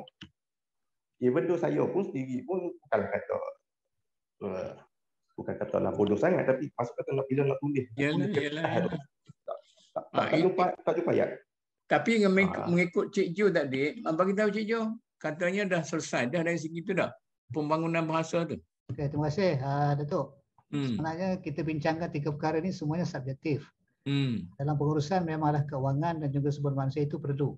Tapi kalau kita nak katakan dia cukup ke tak cukup itu satu yang subjektif lah. Ada yang kadang-kadang sikit memadai, banyak tak mencukupi pun ada juga. Tergantung fungsi dan tugas yang diberikan kepada agensi lah. Sekarang ini kami bergerak dengan peruntukan keuangan kerajaan sebahagiannya dan sebahagian lagi ialah hasil pendapatan DBP sendiri daripada dua sumber lah. Begitu juga tentang sumber manusia, kami pejabat besar, bukan saja di ibu pejabat tapi juga ada cawangan di Sabah dan Sarawak, di wilayah di utara, selatan, tengah dan juga timur. Penyebaran yang begitu banyak lah. Memang dari segi cukup tak cukup sumber manusia itu memang agak subjektif lah. Kalau nanti fungsinya diperluas, melibatkan penguatkuasaan, mungkin perlu ada tambahan dari segi sumber manusia lah, Datuk. Ya, betul. Cuma apa yang boleh saya katakan ialah DBP tak boleh bekerja sendiri. Memang kami memerlukan pihak berkepentingan lain, sama ada di atas ataupun di bawah, untuk bersama-sama dengan kita lah. Sebab bahasa Melayu ni bukan hak DBP, tapi hak kita semua. Ya, betul. Guna bahasa. DBP tak mungkin bergerak sendirian. Sokongan semua dan ini tanggungjawab kita bersama lah. Betul. Jadi bandingannya kalaulah bahagian Islam ni, kalau sekadar mengharapkan jabatan agama, JAKI, mati Islam. Kalau tidak disokong oleh rakyat bawahan. Betul lah tu. Samalah Datuk. Okay. Yang kedua yang ditimbulkan tadi tentang ketidakcukupan istilah. Ini juga subjektif, cukup tak cukup itu. Kerana istilah ini satu kata khusus dalam bidang, contoh tadi bidang kejuruteraan. Memang kalau mengikut rekod yang rasmi kita ada lebih 1 juta istilah. Jadi walau bagaimanapun kalau pengguna bahasa Prof ke Datuk ada cadangan istilah boleh dikemukakan kepada DBP lah. Sebab istilah itu bukan dibuat oleh DBP saja, tetapi oleh satu jawatan kuasa yang di dalamnya itu ada pakar bahasa, ada pakar bidang, ada pengamal bidang dari industri, pensyarah-pensyarah dari universiti awam dan swasta, dan juga pakar-pakar bahasa dan istilah. Jadi kami bentuk Gubal Istilah itu dalam satu jawatan kuasa. Jadi padanan kata itu dipilih berdasarkan kesepakatan jawatan kuasa itulah. Jadi mungkin dalam bidang kejuruteraan, itu konsep baru yang belum ada dalam budaya kita, itu perlu diberikan padanan lah. Kerana istilah ini berkembang mengikut konsep yang berkembang. Kan ilmu ini berkembang kan? Bila ilmu berkembang, konsep berkembang, istilah juga berkembang. Jadi mungkin tadi tuan yang mencadangkan tu tak ada dalam kosakata bahasa Melayu, boleh cadangkan kepada kami dan kita akan wartakan lah. Macam saya kata tadi, bahasa ini hak kita semua dan dia merentas bidang, bukan saja bidang politik atau kejuruteraan, tapi semua bidang. Memang kena saling membantu begitulah Datuk. Yang boleh saya katakan. Tapi ikut rekod rasmi kami memang dah lebih 1 juta kata dalam bahasa Melayu lah. Sebenarnya kalau kita melihat beberapa ensiklopedia dalam penulisan bahasa di luar, bahasa Inggeris adalah bahasa yang paling banyak meminjam kata. Kadang-kadang Datuk kami buat jenaka. Kalau kita nak kaya, kita kena buat pinjaman. Jadi kosakata bahasa Inggeris banyak kerana bahasa Inggeris lah yang paling banyak meminjam kata. Ini dalam sejarah peminjaman kata, kalau kita lihat beberapa kajian pakar-pakar bahasa lah. Jadi sehingga kata bahasa Melayu pun dipinjam. Misalnya banyaklah kata durian, kata apa sebagainya yang tidak ada dalam budaya mereka. Betul. Jadi itu yang jadi bahasa banyak. Pada pandangan kami tak tepat kalau kita nak kata bahasa Inggeris tu istilahnya sudah cukup. Sebenarnya tidak ada satu bahasa pun di dunia yang istilahnya cukup untuk memperkatakan bidang. Itu bergantung kepada penguasaan setiap bahasa itulah. Itu pada pandangan kami Datuk. Betul. Guna bahasa Kelantan lah Encik Zan. Itu dialek Kelantan juga bahasa Melayu Datuk, boleh dipakai. Cuma masa Datuk Aziz dulu di BP dia perkenalkan jual perhabis dah. Perhabis. Kami ada projek Datuk dengan Majlis Agama Islam Kelantan, Anak Islam Kelantan dengan Datuk Aziz. Ensiklopedia Budaya dan Istiadat Melayu. Ada. Ada projek. Tu Datuk Aziz lah biar sudah cepat-cepat lah. Itu secara ringkas Datuk yang boleh saya bagi pandangan. Okey. Datuk Wen nak cakap ke? Unmute dulu. Unmute dulu Datuk. Okey, terima kasih Datuk dan semua ahli panel. Semua kita saya ucapkan masih lagi dalam suasana air raya. Maaf saya batin. Dan saya nak boleh sebut air raya Datuk. Tak apa, suasana kita nak silaturahim. Silaturahim. Apa yang saya barangkali yang dibincang tadi saya tak dengar, cuma saya berpandangan ada 2 perkara.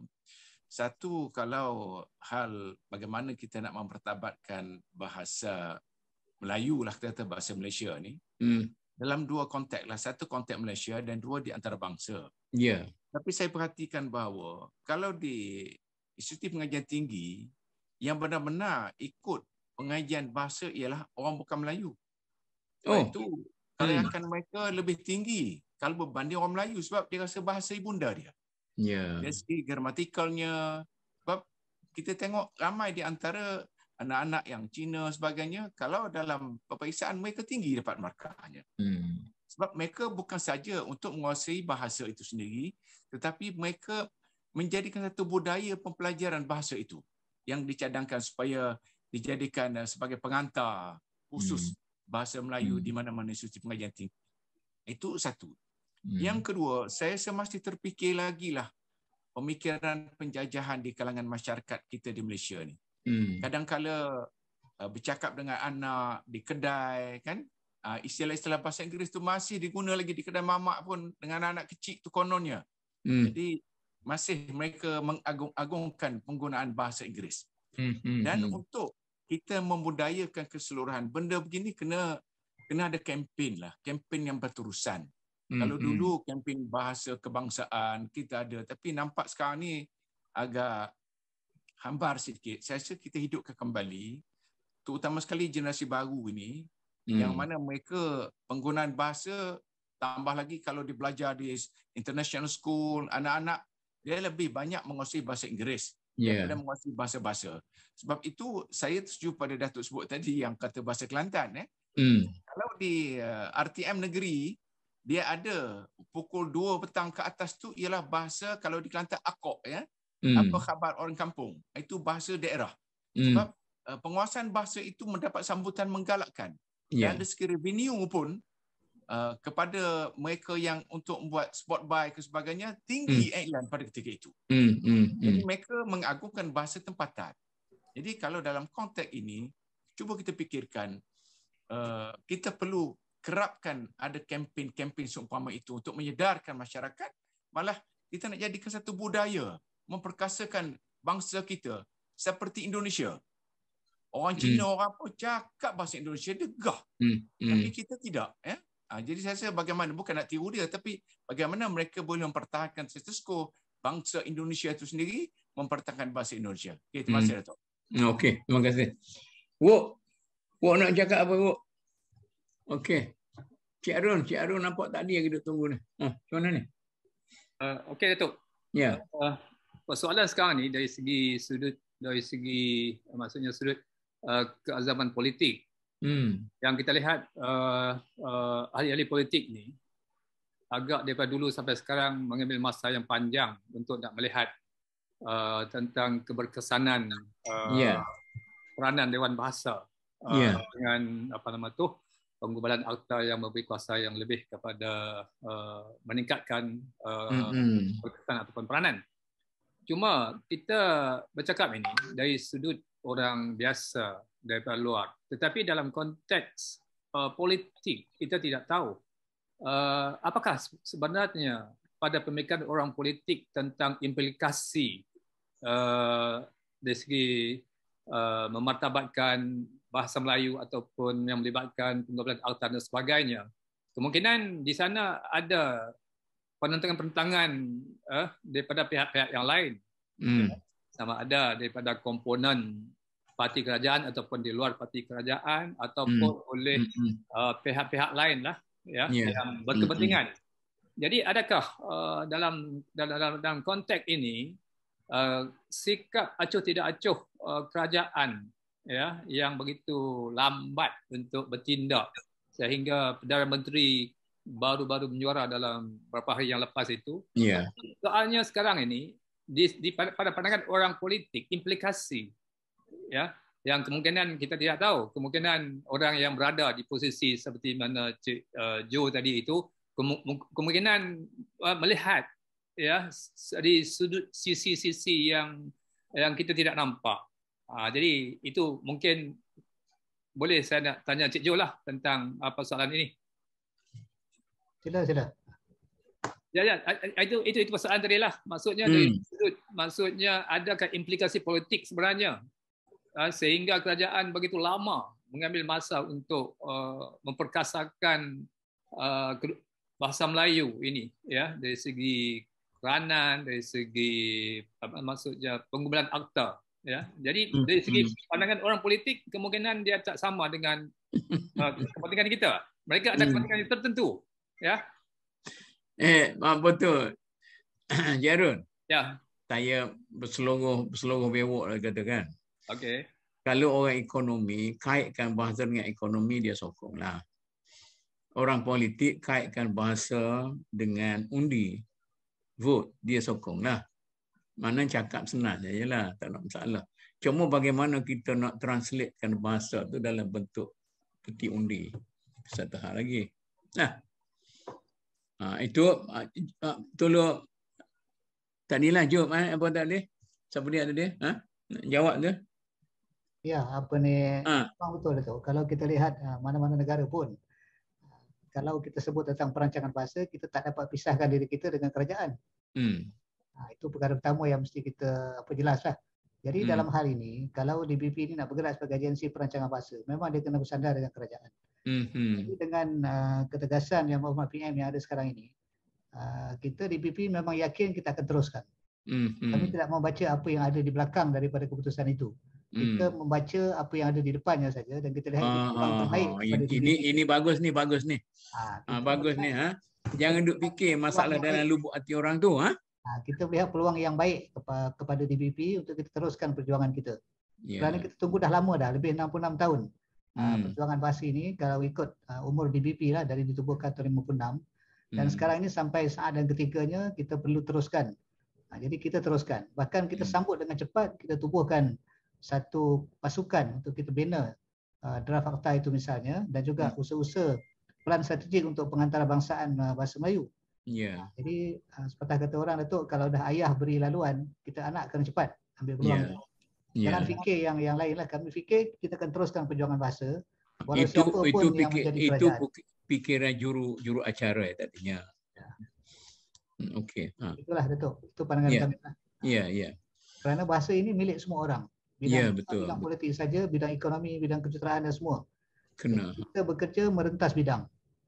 Mungkin pada fikiran macam yang Cik Harun kata, pada pandangan politik mungkin satu pandangan sisi yang lain. Itu pandangan mereka lah. Tapi bagi pihak DBP, kita melihat ini satu peluang keemasan pada kita dan pejuang bahasa untuk kita cepat membuat tindakan. Okey. Okey. Itulah pandangannya, Datuk. Okey, bagus. Siapa dia nak sambung lagi ni? Terima kasih, Cik Jo. Terima kasih. Yes. Siapa nak bagi pandangan lagi ni? Ni Datuk. Sikit nak tambah sebab saya terlibat dengan RTM pada satu ketika dahulu apabila berkaitan dengan bahasa dan politik ni. Kalau di RTM kebanyakan kita nak ambil kenyataan yang berhormat menteri. Dan kalau apa jua menteri, kadang kalau menteri bercakap bahasa Inggeris kita benarkan. Jadi kalau selain daripada menteri kita tak benarkan. Statement itu kita hanya dukung. Jadi ini saya rasa perlu, jangan ada status quo demikian. Jadi yang ada double standard. Jadi bagaimana kalau kita nak memperkasakan bahasa Melayu, bahasa kebangsaan, sedangkan yang bawa menteri boleh dalam berita, tapi orang lain tak boleh. Jadi perlu ada satu stand daripada pihak kerajaan bahawa apa saja kenyataan di bawah menteri biar dalam bahasa Malaysia. Jangan ada double standard. Benar kita nak memperkasakan bahasa kita. Itu aja tu. Terpatut menteri lah yang mesti cakap bahasa Melayunya sebab dia menteri lah. Itu sepatutnya. Okey, betul. Betul lah macam Tok Ismail kata. Memang kalau kita lihat dasar bahasa ini ada kaitannya dengan dasar negara. Jadi kepemimpinan melalui teladan itu yang sepatutnya begitulah. Jadi macam Datuk katalah, patutnya menteri-menteri yang cakap bahasa Melayu, baru rakyat ikut. Betul kan? So, itulah. Kan kalau kita lihat dari aspek linguistik dan bahasanya pun, sesuatu yang melibatkan bahasa awam ni, kita guna di tempat awam tu, memang kena gunakan bahasa Melayu. Kena gunakan bahasa yang difahami oleh semua lah. Kalau tidak maknanya menteri hanya suruh rakyat saja cakap Melayu kan? Sedangkan dia cakap bahasa Inggeris, takut orang kata dia ni tidak standard, tak tinggi lah, tak madun, tak tinggi dan sebagaimana. Itu betul itu. Ada ulasan lain lagi? Datuk Sob. Apa Datuk nak kata? Daripada segi polisi semua dah sebut tadi. Hanya daripada segi saya nak respon kepada isu yang dibangkit, cukup istilah bahasa Melayu ni.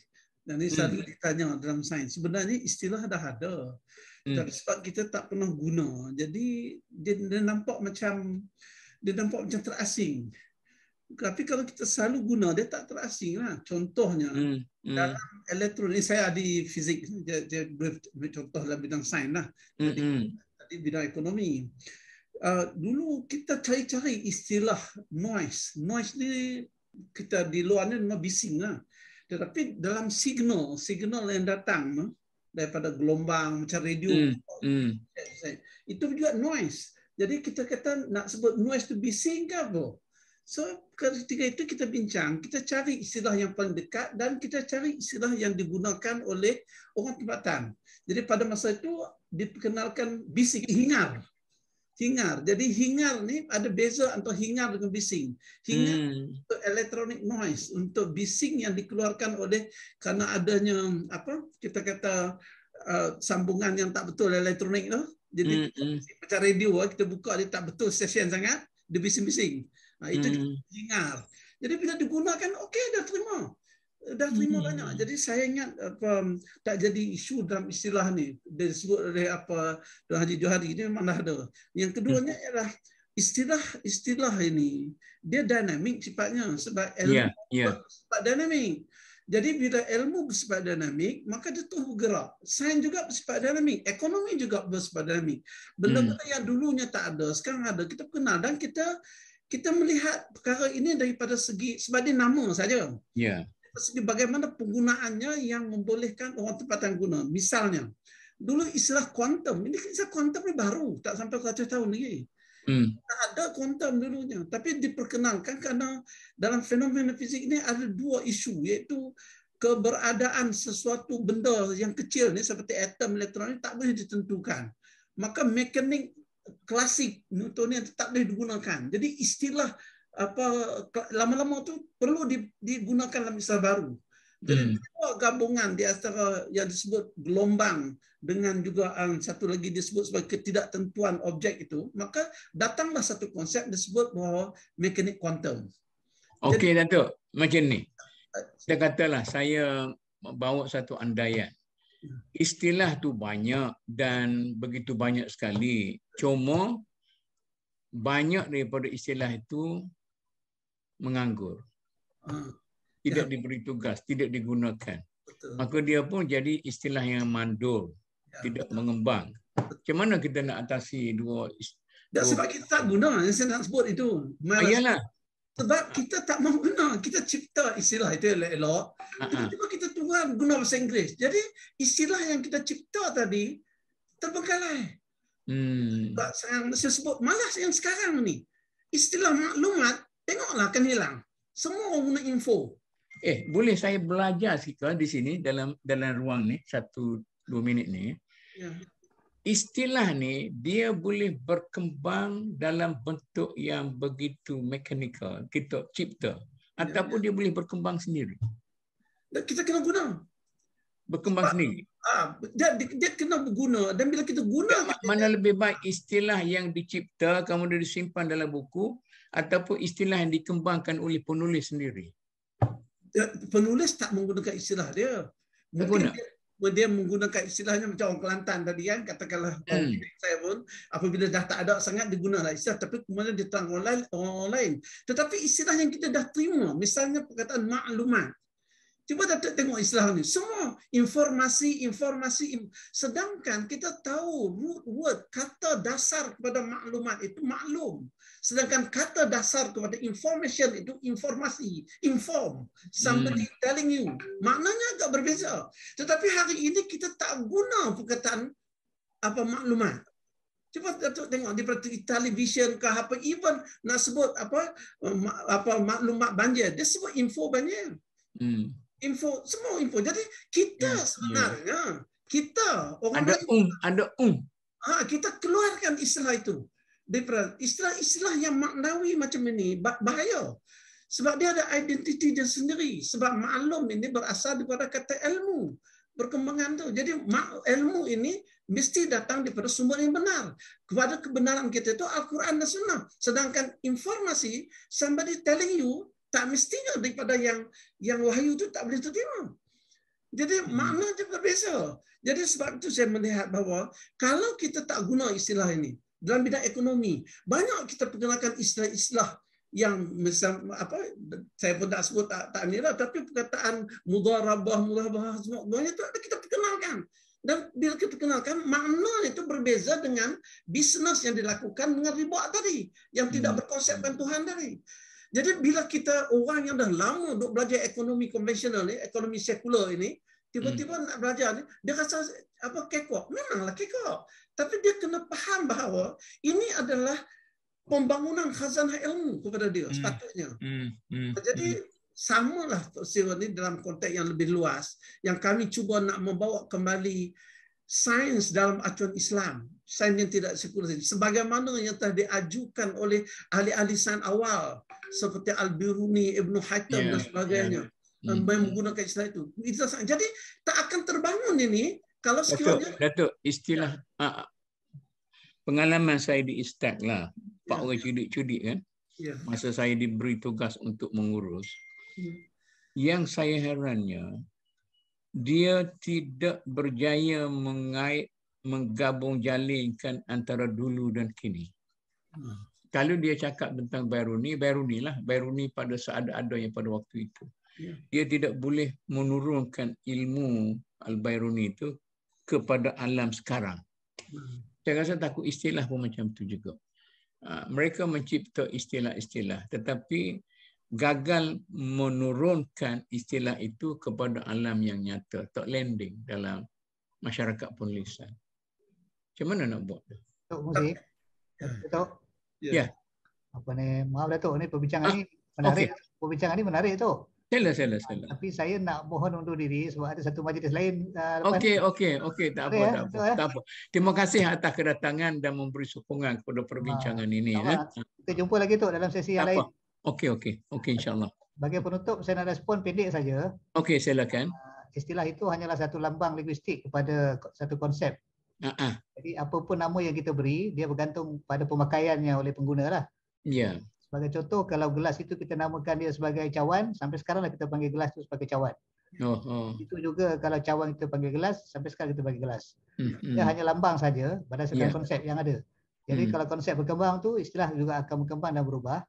Dia boleh diperluaskan makna dan boleh disempitkan makna. Ya. Maknanya pada pandangan kami, Datuk, istilah itu mesti dipakai dan diguna. Macam yang Datuk Yusof sebutlah. Kalau kita cipta berjuta istilah pun tapi tak dipakai oleh penulis, oleh penulis jurnal, oleh pensyarah dan sebagainya, dia akan mandul lah. Ya, betul. Jadi, tak guna kita cipta tapi tidak dipakai. Ya. Pihak DBP, tanggungjawab kami, kita sudah global dan kita dah masyarakatkan kepada penulis dan sebagainya. Harus dipakai dalam pengajaran dan pembelajaran juga, dalam juga bidang penulisan.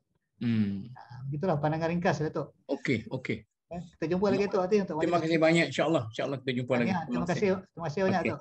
Terima kasih banyak. Terima kasih semua. Okey.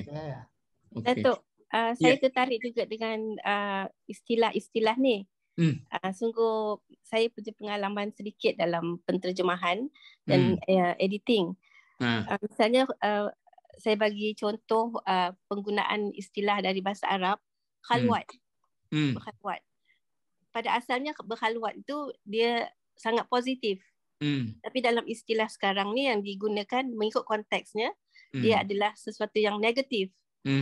Jadi bagi orang yang mungkin dia tidak mengetahui asal-asal satu basic agama ataupun bahasa Arab, dia akan menterjemahkan khalwat itu sebagai macam dalam bahasa Inggerisnya illegal intimate relationship.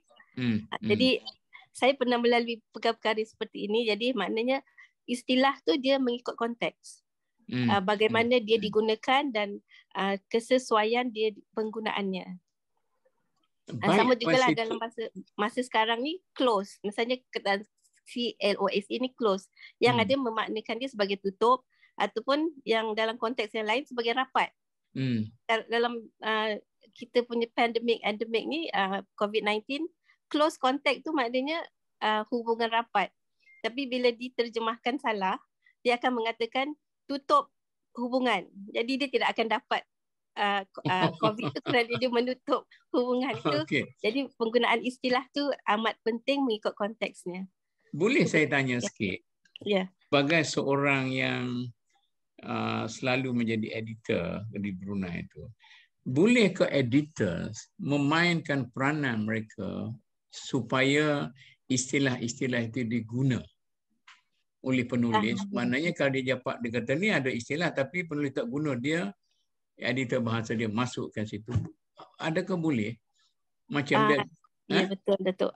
Kalau di tempat saya bertugas di Jabatan Mufti, kami mempunyai istilah-istilah yang diguna pakai, yang kami cipta sendiri. Jadi setiap istilah tu jadi selalu digunakan dan pemakaiannya tu bila dah terbiasa akan digunakan seterusnya. Betul. Jadi kita mesti menyediakan, kalau untuk perkataan yang ini istilahnya. Itu boleh kita cipta sendiri. Sebab tu kita ada transliterasi sendiri. Ya. Oh, itu peranan editor lah. Okey. Siapa nak ulas lagi ni? Saya nak sebut tentang istilah lagi. Ya, Datuk. Sebenarnya istilah ni tadi Tuan Johari sebut. Sebenarnya istilah ni ada 3 kategori. Satu ialah istilah menyebut gelas cawan tadi yang merupakan objek. Biasanya objek ini kita tak tukar. Kalau durian tu sebut dalam bahasa apa pun durian. Kalau rotan sebut bahasa apa pun rotan. Kalau apple sebut bahasa apa pun apple. Sebab dia benda objek. Kalau elektron dalam bahasa apa pun boleh sebut elektron. Tak ada masalah. Dia objek. Istilah yang menggambarkan objek. Tak apa, tak ada masalah. Hanya kalau ada di kalangan orang Melayu dan ada kalangan bahasa Inggeris, ada kalangan orang Cina yang sebut lain-lain, sebutlah masing-masing. Tak ada masalah. Sebab dia adalah objek. Yang kedua, yang jadi isu dalam sains ini adalah istilah yang menggambarkan proses. Makan. Dia tak boleh tunjuk makan. Apa beza antara makan dengan minum? Istilah minum ini kita kena jelas. Jadi istilah yang objek tadi kita boleh sebut ataupun lukis gambar tunjuk kepada. Tapi istilah yang berbentuk proses ini kita kena jelas. Iaitu apa yang dimaksudkan dengan makan, apa yang dimaksudkan dengan minum. Dalam apa dimaksudkan dengan daya, tenaga. Dalam istilah sains apa yang dimaksudkan dengan fotosintesis misalnya. Jadi kalau tak faham cakap bahasa Inggeris ke bahasa apa pun, dia tak faham. Sebab dia menjelaskan satu fenomena, satu proses yang berlaku. Jadi ini yang ketiga, istilah ini kita tak boleh tolerate. Saya punya fikirlah, kita tak boleh tolerate. Sebab dia akan menjadi jati diri kita. Yang saya sebut tadi, adil. Dalam bahasa Inggeris sebut justice. Tapi bila saya rujuk kepada dictionary, justice ini bermaksud fairness, kesamarataan. Dia ada satu konsep justice. Sebab itu dalam konteks di Barat, untuk memastikan justice itu terlaksana, maka dibawalah peguam cara dan peguam bela dan juga dibawa juri. Itu konsep dia. Dalam Islam, konsep kita adil. Adil ini, dia ada konsep ketuhanan. Ya'dilu wa aqrabu taqwa. Datuk lebih arif dari saya lah. Jadi konsep adil tak sama dengan konsep justice. Tiba-tiba dia hanya baca buku Inggeris saja atau buku yang menjelaskan tentang konsep justice, dia tak faham adil. Begitu juga dengan etika dengan adab. Etik itu lain, adab itu lain, akhlak lagi lain, amanah lagi lain. Jadi ini istilah yang ketiga yang saya rasa yang dia menjiwai orang itu. Lebih tinggi imannya, lebih hebat dia paham agamanya, lebih hebat dia memahami istilah-istilah ini. Malah setiap istilah ini disyarahkan. Kalau tengok di masjid ke di mana perlu disyarahkan supaya kita mengenal. So kepada saya istilah ini ada 3. Satu yang menggambarkan objek, ini tak ada masalah. Nak pakailah baju yang menutup aurat tak ada masalah. Tapi bila tak konsep aurat, ada konsep balik dalam konsep khalwat tadi. Ada konsep. Khalwat bukan istilah biasa. Dan nak sebut dalam bahasa Melayu semudah itu juga tak betul. Jadi yang kedua adalah istilah yang menggambarkan proses. Ini banyak dalam sains teknologi. Dalam bidang ekonomi pun mungkin ada proses. Jadi kita tak boleh setarakan istilah budaya. Oleh kerana masyarakat ini dinamik, maka timbul istilah-istilah baru. Seperti sekarang ni kita tengok kan, istilah yang berhubung dengan sumbang maharam tak pernah berlaku di zaman Nabi. Yang perlukan macam menderma darah misalnya bukan pernah berlaku di zaman Nabi. So oleh kerana dinamiknya sifat kehidupan kita, maka Islam juga dinamik. Maka orang-orang yang memahami tentang makna bersama-sama dengan orang memahami ini semua perlu ke hadapan.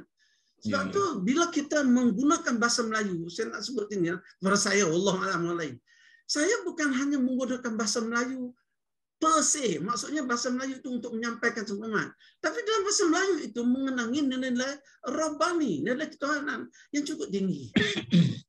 Jadi saya nak jelaskan itu sebab Tuan Haji Johari hanya menjelaskan tentang sebut gelas dengan cawan, tak apa, dia objek. Yalah, itu 1/3 daripada perbahasan sebenar. Yang mendominasi nilai kita itu yang ketiga tadi. Okey. Wallah.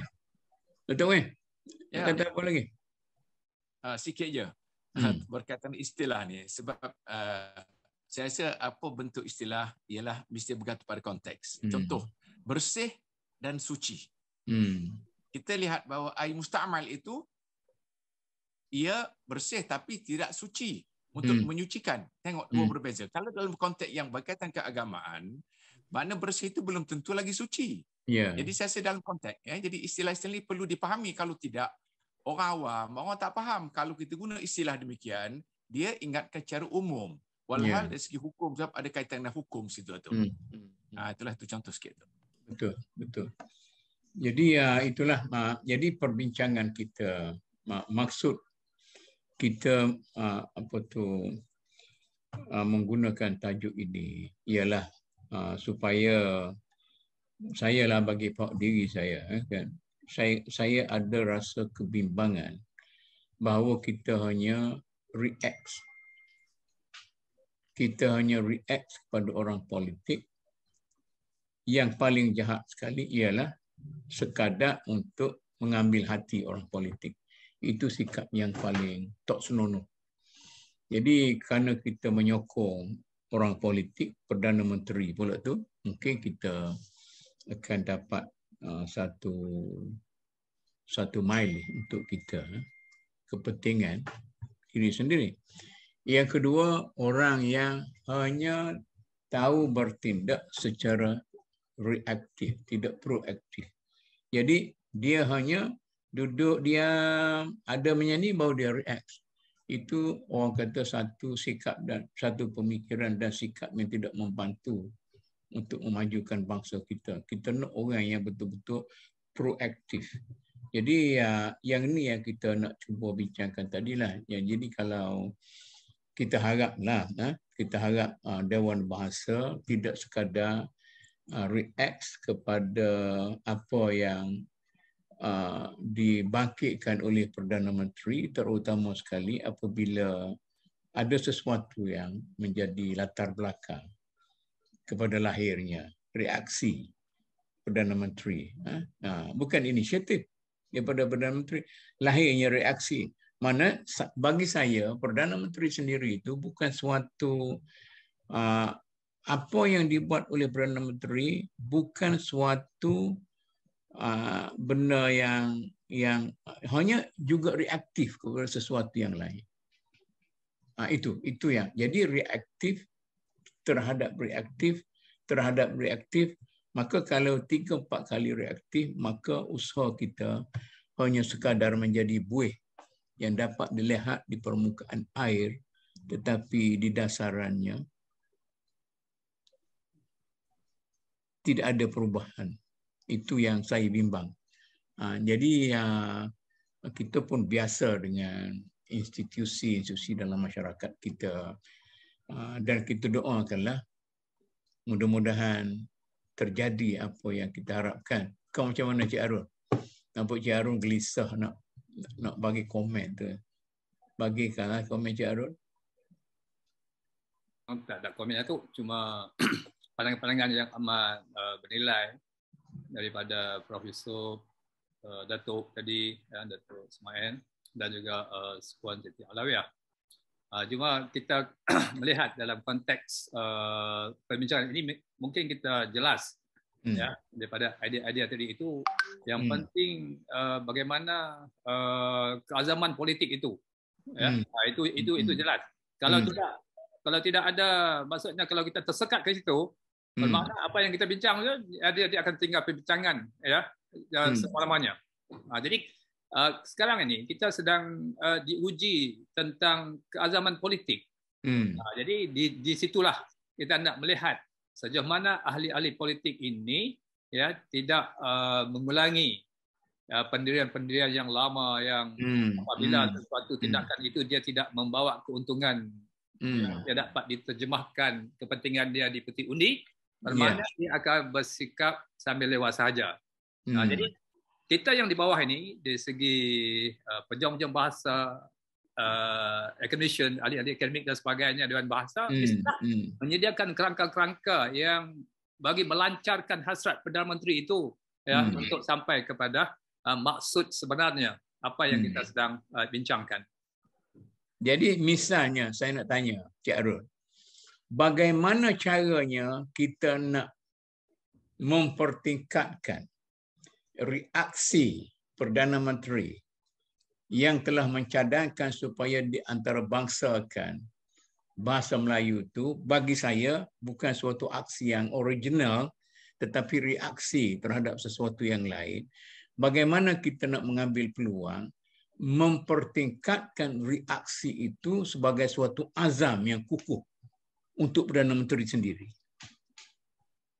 Ya, sokongan daripada pihak-pihak yang berkepentingan lah, misalnya pejuang-pejuang bahasa, badan-badan pejuang-pejuang bahasa, badan-badan perjuangan bahasa seperti Gapena dan lain-lain. Ya, jadi di situ ada ruang untuk nak memberi satu suntikan atau membina satu semangat, ya, supaya kadang-kala kita tidak pandai untuk mengambil peluang yang ada sekarang ini. Jadi kalau Dewan Bahasa sudah pun mula bersemangat tadi dengan merangka beberapa tindakan-tindakan, bawa carangan kepada Jabatan Peguam Negara dan sebagainya itu sudah nampak, sebab benda ini sudah lama terpendam sebenarnya. Jadi ada reaksi ini, semestinya secara cepat kita memberi tindak balas. Jadi inilah peluang. Jadi kita sebelum mangkuk itu sejuk, kita mesti terus.